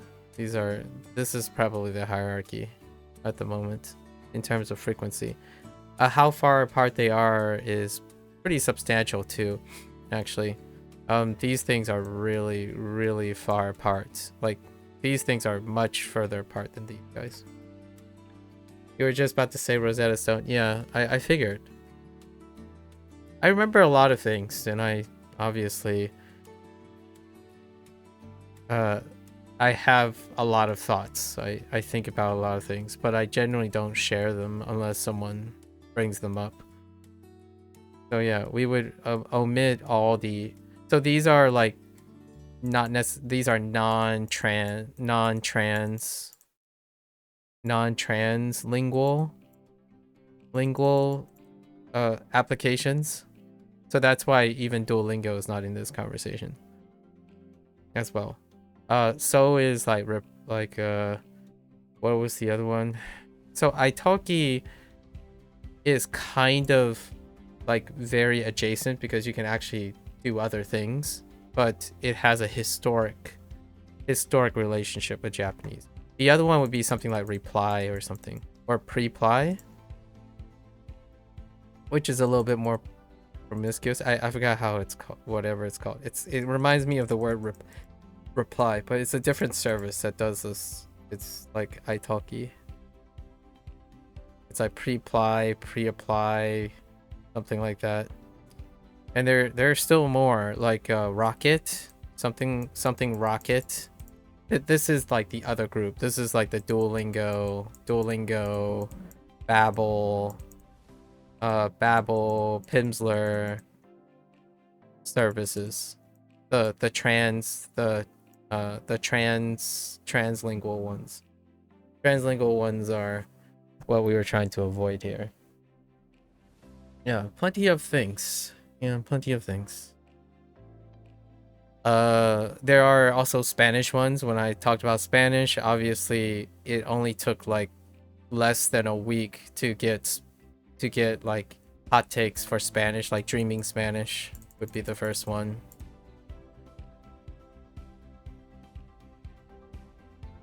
Dreaming Spanish is like throw some keywords, CI, immersion. The very first things that are always thrown at me first is something that deals with CI and immersion, which again, this is a lot of these things, like for example, Dreaming Spanish is not immersive learning. To me, it's prescriptional. So it's prescriptional CI immersion. You can upload things into Dreaming Spanish though. So technically, the part that isn't Dreaming Spanish, the platform like how they do MAKU part, the part where you load something up, that's immersive learning. But the thing that's being advertised when people are talking about Dreaming Spanish is dealing with the CI immersion part, not the immersive learning part. MAKU, sentence mining, those are examples of immersive learning. So if you're using like a plugin where you're sentence mining your own interest and then being invested in your own interest, that would be my example of immersive learning. So most of these applications are not versions of immersive learning. They are prescriptional immersion CI things. Like graded readers, a lot of times, like Du Chinese, for example, and Satori readers, they're considered, to me, immersion applications. They are not the same as immersive learning. Immersive learning requires that the person be interested in the thing you're reading, which may not be true. There are applications and programs that deliberately, they can all be used together for immersive learning. Immersively learning? No. I mean, they can. Anything can be immersively learning. Like, so the tool is not where immersive learning is coming from. So if you're using my terminology, the tool is not where the immersive learning is coming from, is what I'm saying. There are tools that exist that promotes immersive learning.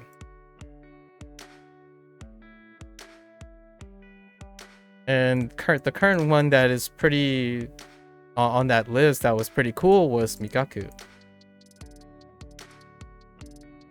Anki as a tool requires you to have immersive learning. If you use a deck from Anki, it can contribute to immersive learning, but it doesn't have to. And usually I would say over 50% of people who describe, whenever I ask, they started with Anki, I asked them, so why did you choose the deck?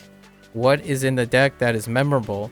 Why did you use the deck? Do you know the person or something like that? They usually don't answer based on their immersive learning motivations. They are typically doing it for immersion. However, if you use Anki just for Anki, like the platform itself, it requires that the person understand, be immersively learning. Not the immersion that the deck provides or whatever, our repetition, whatever you want to call it. So I want to be clear that all tools can be used, as in by the person. Anything can be immersive learning.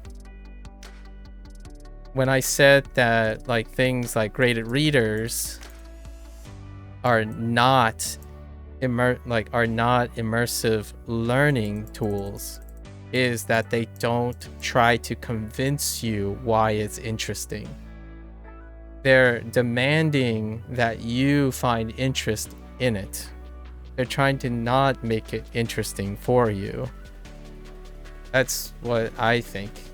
So whenever someone reads, whenever someone reads Wanikani, for example, if the mnemonics don't resonate with you, then it's not immersive learning. It's not going to do anything. Wanikani is not trying to hold your hands and tell you hey, isn't this so interesting? Don't you want to know more about our mnemonic device and how we create our mnemonic device? No, they give you something, and if it doesn't resonate with you, you can take a hike. You can go and struggle on your own with your own mnemonics. So it can force you to be immersively learning. So I don't like this mnemonic, so I'm just gonna go write my own. That's immersive learning. Right? So Anki does not do that unless you're using Anki for Anki's sake. If you're using someone's deck and you're it's helping me, but I don't really resonate with how they do things and whatnot, then you're not really actually immersively learning. You're still learning though. Like you're learning through repetition and immersion. For sure. Yeah, so when you said they can all be used together, any of them can be used together or separately for immersive learning. You have to be interested in it and be creating off of it. So Anki could qualify as well. When you're reading a book and you want to write an essay on the book, right? For example, if you read a Japanese book and it compels you to write an essay about that book in Japanese using the language that's in that book, then that is immersive learning. If you're reading that book for the sole sake of reading exactly what's on that book, that's immersion without immersive learning. You don't really care too much about the book. You can form new ideas from the book, then that would qualify as immersive learning. Kind of like when someone reads a book and the only thing they remember is what's literally in the book, but nothing else.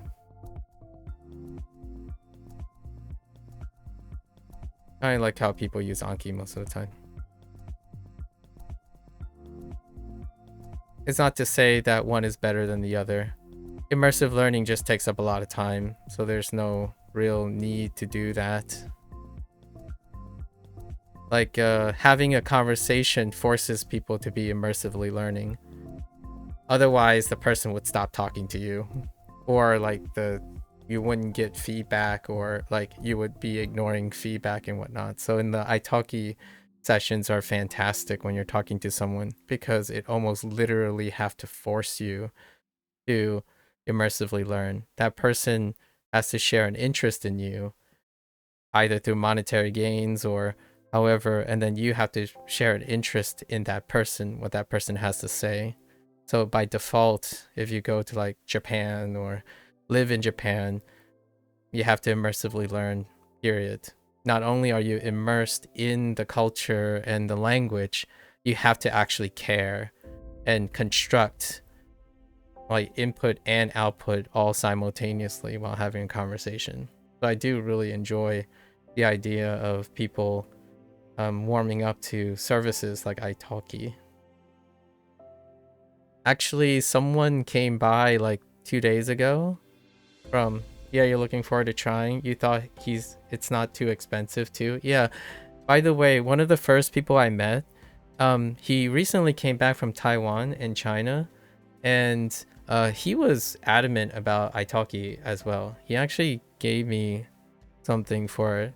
I ended up like, you know, returning kind of, it's not my time yet. But yeah, I think talking to people is absolutely fantastic. Like you're basically, even if you don't want to be being like in it, talking to someone is such a level up.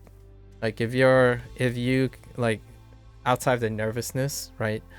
I think even sitting down and bantering about how much, like complaining about, like if you're struggling with Japanese language learning or something, and you're around people who just keeps throwing out Japanese, like, yeah, see, what about this? Like, why do Japanese have to do this? Talking about that is like you're really getting into it, right? And sometimes I feel like that's lost in a lot of people. Like I've been asked a couple of times to like watch them learn, so I've been spectating a bunch of people, and it feels so detached. Like it feels like they're drilling, you know, like the things, it's like, oh, it's another drill, like I don't really care. It's like, all right, I got this wrong again, I'm drilling. So it's really lovely when you see that they finally get a chance to talk to someone or use their things. It ends up like demonstrating something that has been missing from their studies. I look forward to hearing about your session with your italki lesson. I don't know what constitutes as expensive or not. I looked at the price. It's been a very long time since I've paid for a service like that. So I would love to hear your commentary on like what you've done. The person that I talked to before, this was like a year ago, he actually shared with me his notes. So they took notes during the session, and I got to read some of his notes, like from his instructor or the person he was conversing, and then like all of the notes. He was writing notes in Japanese for some time, and that was really early on, so I had a difficult time. But what happened was I like took his notes and I like cross-reference and see with like other sources in order to fill in the gaps. Pretty fun discussions could be had. Do you have a format? Does this person in Italki have a format?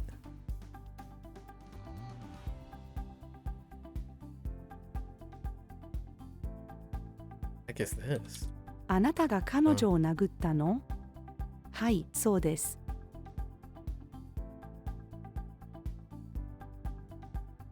Oh, what are you going to be covering? Or what, like, do you have any set subjects that you're going to bring up? Or does the other person have a set subject? The one thing that is really neat about that type of service is it's so varied. There's so much diversity. It's also a drawback if you're not someone who knows what you're looking for or what you want to look for, but it is such a boon for someone who like needs to look, like likes to look for things that are different. So you can find people who are like, oh, they're very traditional, so they like construction and outlines and planning, while at the same time, like there are individuals who simply are conversational, so you can go in with a mindset of what you want to talk about. Yeah, you're not sure what the format will be, just going to see. I see. Like I would have for myself, I would love to, this might not be what people think about, and I don't know if that's what they're going to prepare for, but I do enjoy teaching a lot and thinking about how teaching works. So I would probably come in with like 4 or 5 different formats in mind, and I would immediately ask the person, like, can you humor me for a second? Like, do you mind if I introduce a couple formats? Like, what type of formats do you do? Like, I would probably use my Japanese to talk about how Japanese is being taught. that would be the conversation that I would have. So that's how I would make it my Italki session about immersion, like about immersive learning. I would talk to a Japanese language teacher about how Japanese is taught to English speakers, and I am the person there using Japanese to discuss about how people go about teaching Japanese to English speakers. And that's what I would talk about the whole time. So I would probably frame most of my vocabulary and my Japanese and like write a bunch of notes on the side on all the words that I would want to talk about and use in Japanese to speak about teaching. And then that other person is already on Italki. This was my plan for like maybe a year or 2 down the line. My plan was that I spend most of my time talking about education and learning, and the person in Italki spends most of their time talking about Japanese and teaching anyways. So the goal is then we would spend most of our time using Japanese as they're teaching me how to talk about teaching Japanese. Then we can both have a common interest.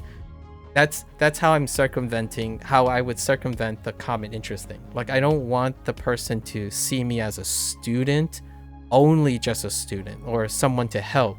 I want to also converse with them about teaching, because it's a part, like, that's the most exciting thing that I would be able to talk about. And I'm kind of curious if you're going to talk about drumming and stuff.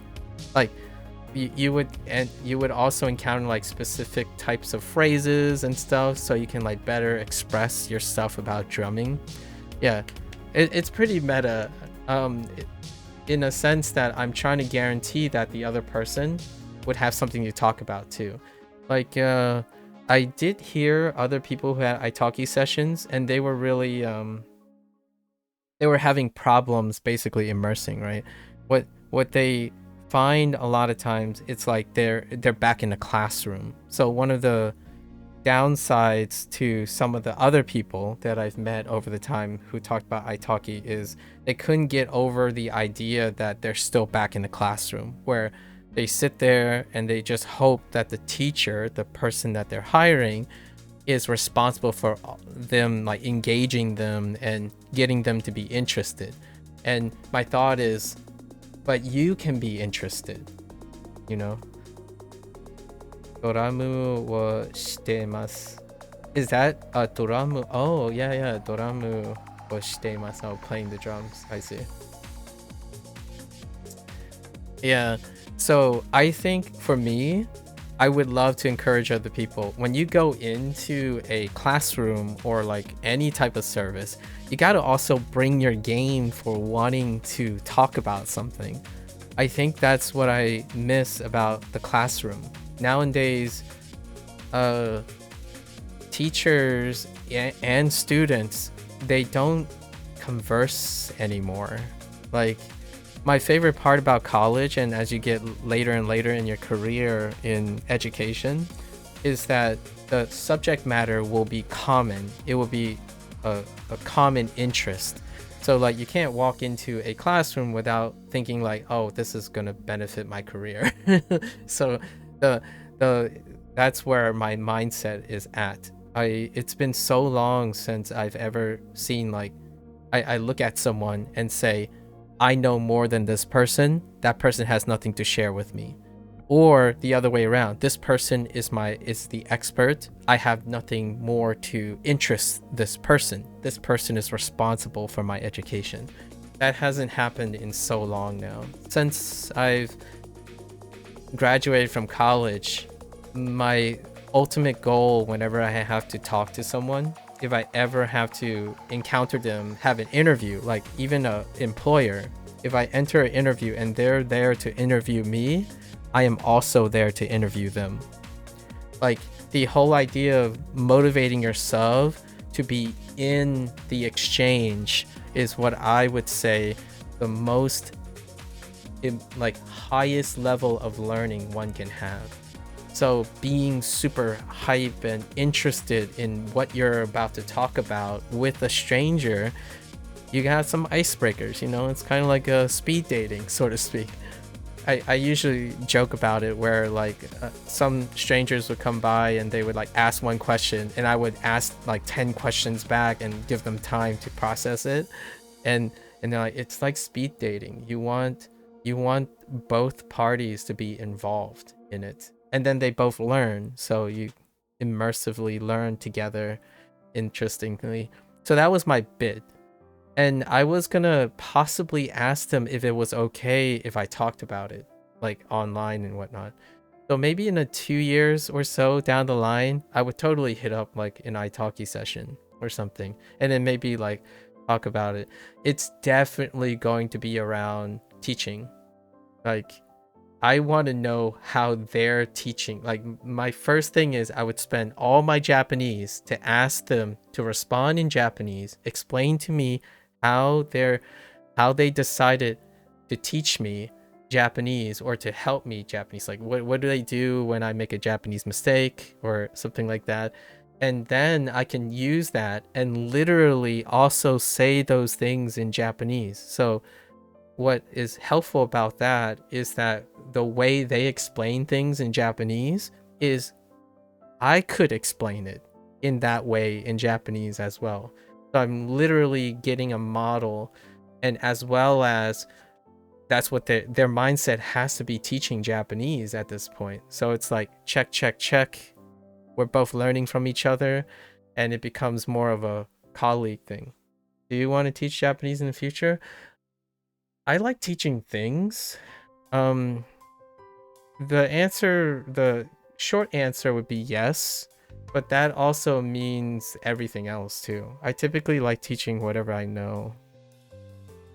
I learn things for the sake of teaching.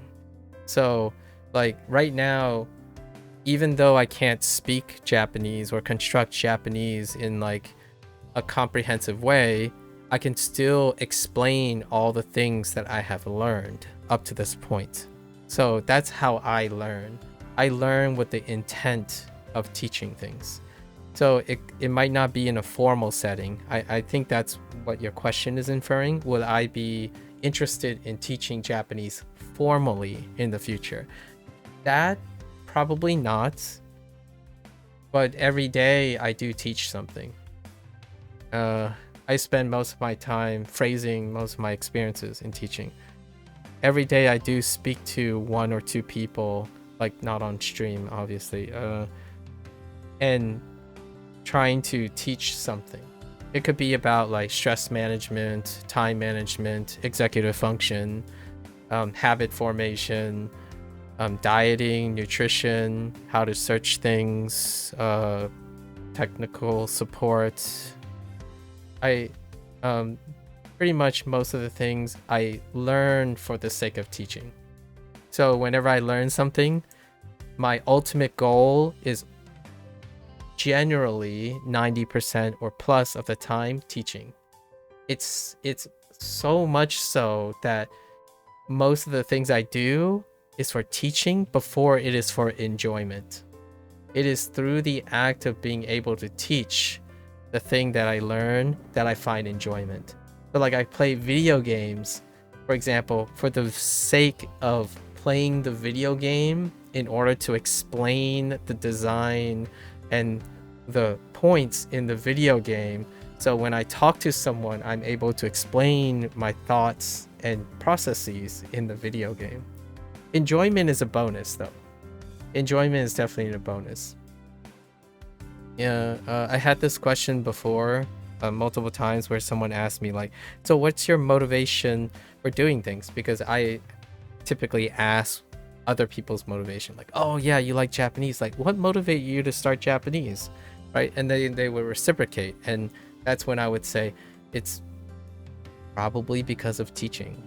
Like the whole goal is I pick up a skill, and it would be quote unquote hopefully a trendy skill, maybe like a skill that someone likes, and show you or like try to demonstrate that you can be incredibly enthusiastic about it. So what motivates me is typically not comprehensiveness, so not mastery. It's more the things I learn, I have to be able to explain them in the future to someone. So like here I spend a lot of time like, oh, I don't know this. I just sit here and think about how I would explain this to myself.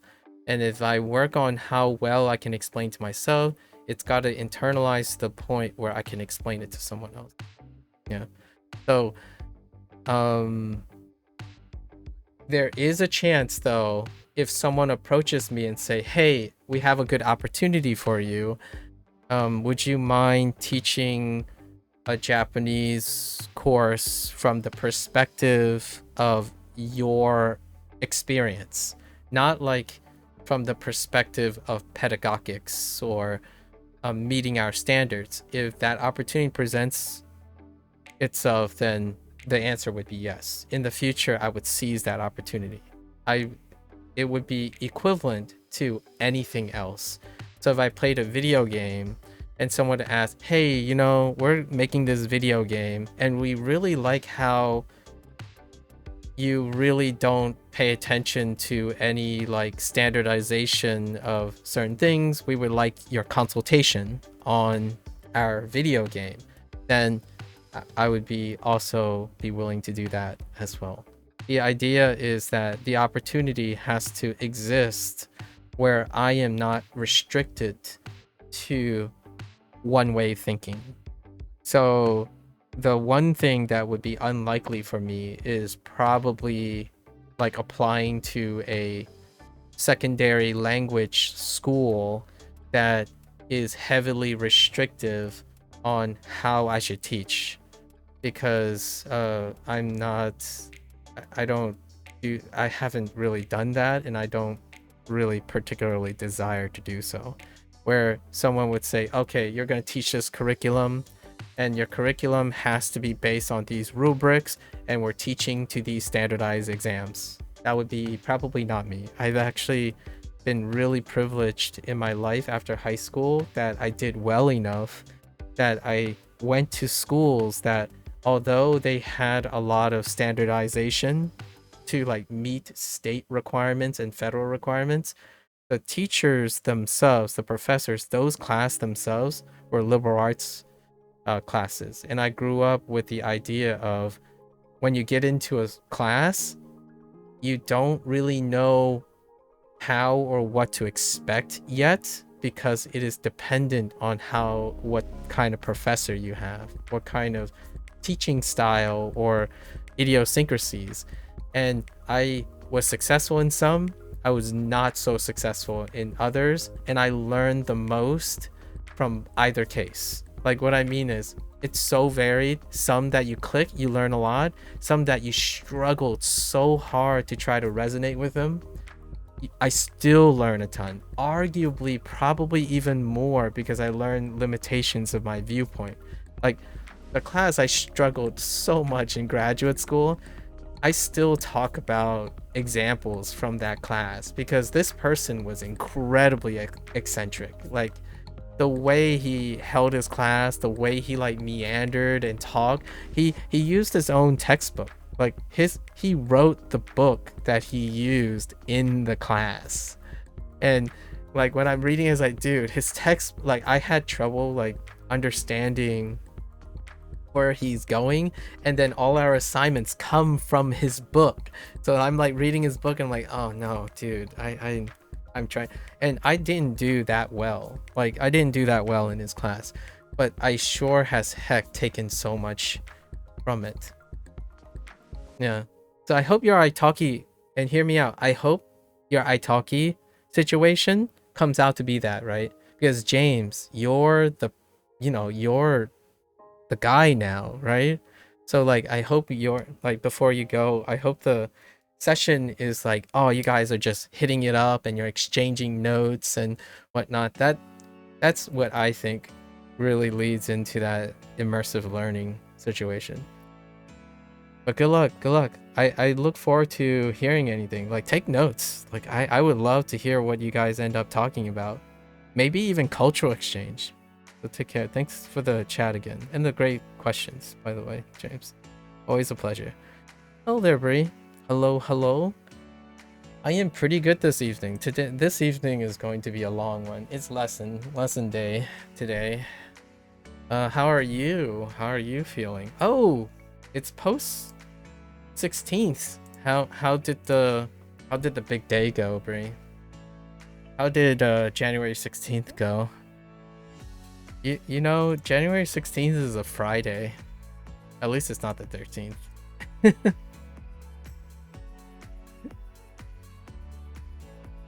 動物園で牛を見る。音楽を聴きたい。音楽。はい。Wait. This key. Is that not the same key, or is that the same key? Huh. 私は毎日オレンジジュースを飲みます。オレンジジュース。Of course. Comer. Ah, no está comer. 今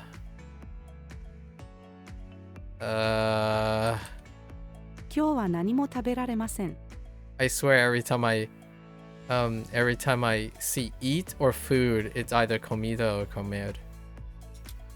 One day I'm just gonna type comer in there and someone's like, yo, you know that's Spanish, right? Not Japanese. I'm like, you know, it's just come back and say, yo entiendo.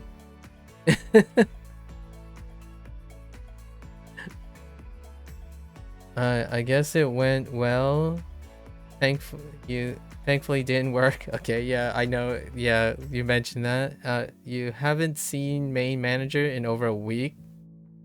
Okay, hopefully like she's taking a vacay from all the stress. So I haven't had a chance to talk to her, but one of the assistant managers said it went okay. Okay is... Oh, I was working on the presumption or the feeling that it was disastrous, so okay sounds awesome. That we weren't missing products, so that it was good at least. Oh, okay.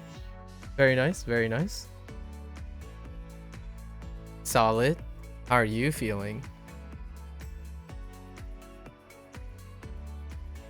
Didn't have to work. I remember that's the last time we talked. You found out that you weren't even gonna be there on the 16th. 地面に座ろ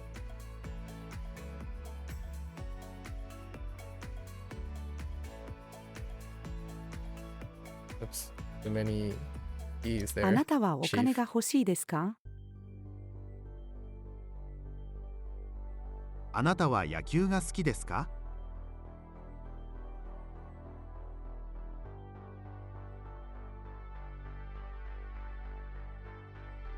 僕は男の人が好きだ。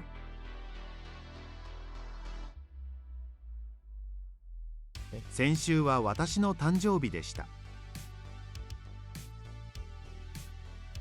息子はまだカラオケから帰っていません。警察に捕まる。 Okay, which danger is this? I don't see a na adjectives. I don't see a na, so it's gotta be abunai. この通学路には危ない道が結構あります。 The only way I could tell the difference in this situation is if there would be a na here. Then we would use the kiken as opposed to abunai. I don't know the nuances yet. 母に傘を借ります。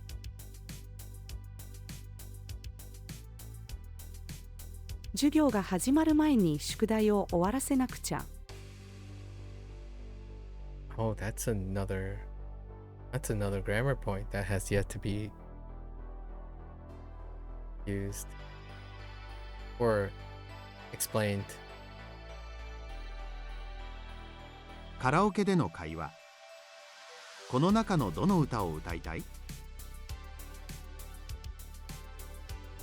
栄養士。野菜を食べた方がいいですよ。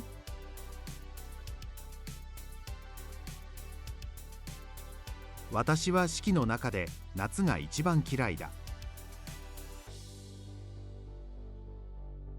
Na?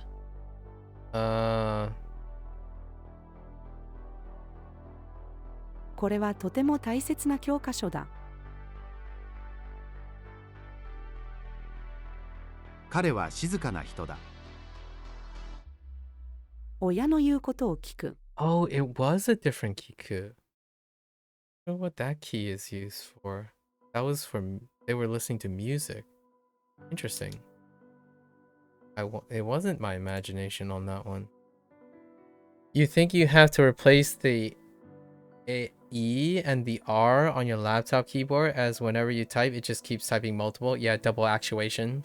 Yeah, I have a couple keys that double actuate and don't actuate.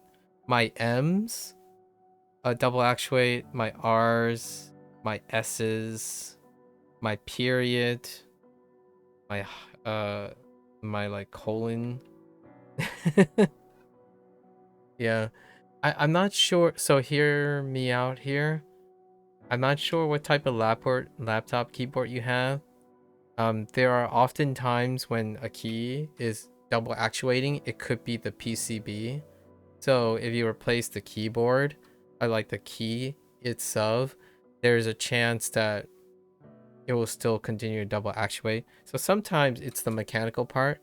Laptops use membranes a lot of times. So if it's slightly squishy, they tend to malfunction. So you can probably be able to replace them. It's kind of tough to replace membrane keyboards. Unless you have a laptop that has a mechanical one, which the mechanical ones, I'm not sure how easy they're replaced because like Apple has proprietary butterfly switches, and then depending on any other type of laptop you have, the more like things like exotic more like expensive boutique ones would have things like Dell has a proprietary switch and whatnot, but most of them are membrane keyboards, and I don't know how I think you have to end up buying the entire slab. So basically, like, you lift the entire keyboard is one thing. You have a Lenovo 5 Pro, there's a chance that you would have to buy the, like, so you would have to open it up, but the entire keyboard thing is one thing. And then you would have to buy a new entire one thing and then like plug it back in and put it down. I'm pretty sure you cannot replace single keys, unfortunately, on a laptop. I actually don't even know if there is a laptop with swappable switches. Maybe something that's like heavily high, like boutique style, like we're talking about like 2K 3K special setups. You can probably look at your model and look for the entire, it would be like, it's pretty flimsy, so it's like the entire PCB and with a membrane on top, so it has like a little ribbon cable, and you have to like remove your entire old keyboard, plug in the ribbon cable, and then put it back into place. Yeah, laptops are not the greatest when it comes to replacing keyboards.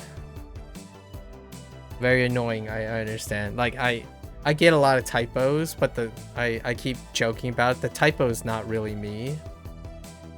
Like the typo is not really me because my keyboard, I have a mechanical keyboard, but this was a really old, much older keyboard, so I can't replace the single switch itself. And I'm basically using it despite like 2 keys not actuating. My T doesn't actuate like 20% of the time, and then a bunch of other keys double actuate a lot. A bit other than that, you're doing okay. That's solid. A bit tired since you closed last night and opened today. Oh, okay, so you're back from your full like continuous day. You're off now until Friday. Dang, what are you gonna do with all this extra time, Bree? Doesn't it feel like, hear me out, do you feel like you have more energy when you're off now? Because technically you've done more during the week. Are you feeling that distinction? Like it's one of those things like, oh, you go hard for a week and then the next week is like nothing, and it creates this gigantic contrast like, huh, now I don't know what to do with myself. I mean, it might not have already happened, but hopefully you have some things to do when you're off now as well. Yeah, no, oh yeah, and you figured that you probably have to replace the whole thing when you were reading about it online. Yeah, it's not as bad. It's actually kind of it's easier to replace it on the laptop because like the board and the stuff is connected by one ribbon. Gaining access to your laptop will be like the biggest determinants if it's easy to repair. Like the keyboard itself is going to be one piece, so it's like the difference of buying the replacement, but installing it is a whole different story. It greatly depends on the layout of Lenovo laptops. As far as I know though, Lenovo has been doing pretty well on the consumer front on their accessibility. The right to repair situations, you know, that I'm not sure if you're familiar with ongoing issues about repair and whatnot.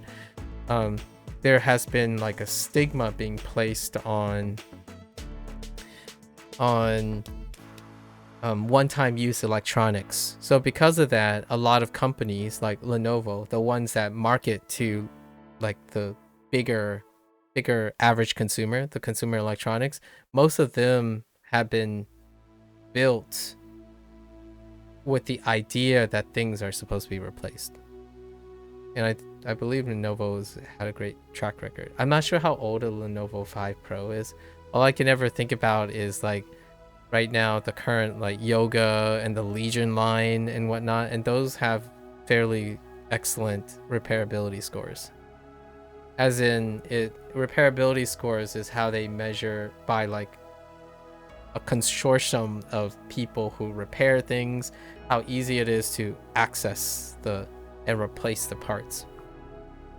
Like, for example, iPhones have been notorious for a really long time for not being repairable, for example, because their unibody design and like a lot of Apple products typically are really terrifying to repair because it's deliberate, right? It was intentional. They can only be repaired by a Apple licensed engineer, and even then you can't go to any store to do that. You have to go to theirs, that type of thing. And then their argument would be like trade secrets, but Lenovo is not one of them. So I kind of digressed a little. I do enjoy the idea of tinkering with things, and you have too, right, Bree? You were the one that's taking things apart and putting them together, was it not? Or am I thinking of someone else?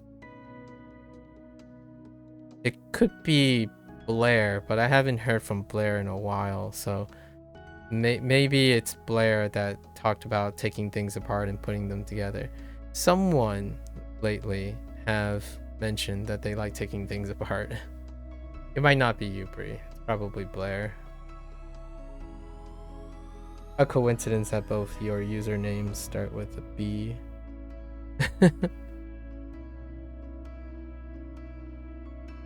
Some days you do, some days you don't. Usually the first day after a work period, you're pretty tired. Okay, you don't know. You might try to see if the PC laptop repair shop in your area can do it. Oh, yeah. They seem to have really good reviews. From your limited research, they release new Lenovo 5 Pros roughly every year and just tacked a letter on it to the end. So the 5i Pro, your laptop is 2023. Oh, okay. Yeah.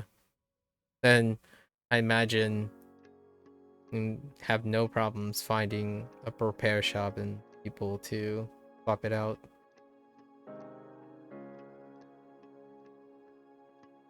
Okay, so let me take a quick laundry update on if there's any particular thing that I got stuck on today.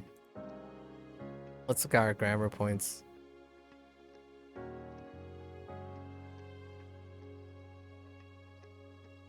The new ones are going to be a little bit rough, but we'll see how well they retain for tomorrow. So yeah, tari, ko, I form. I totally blanked out on these right away. Okay.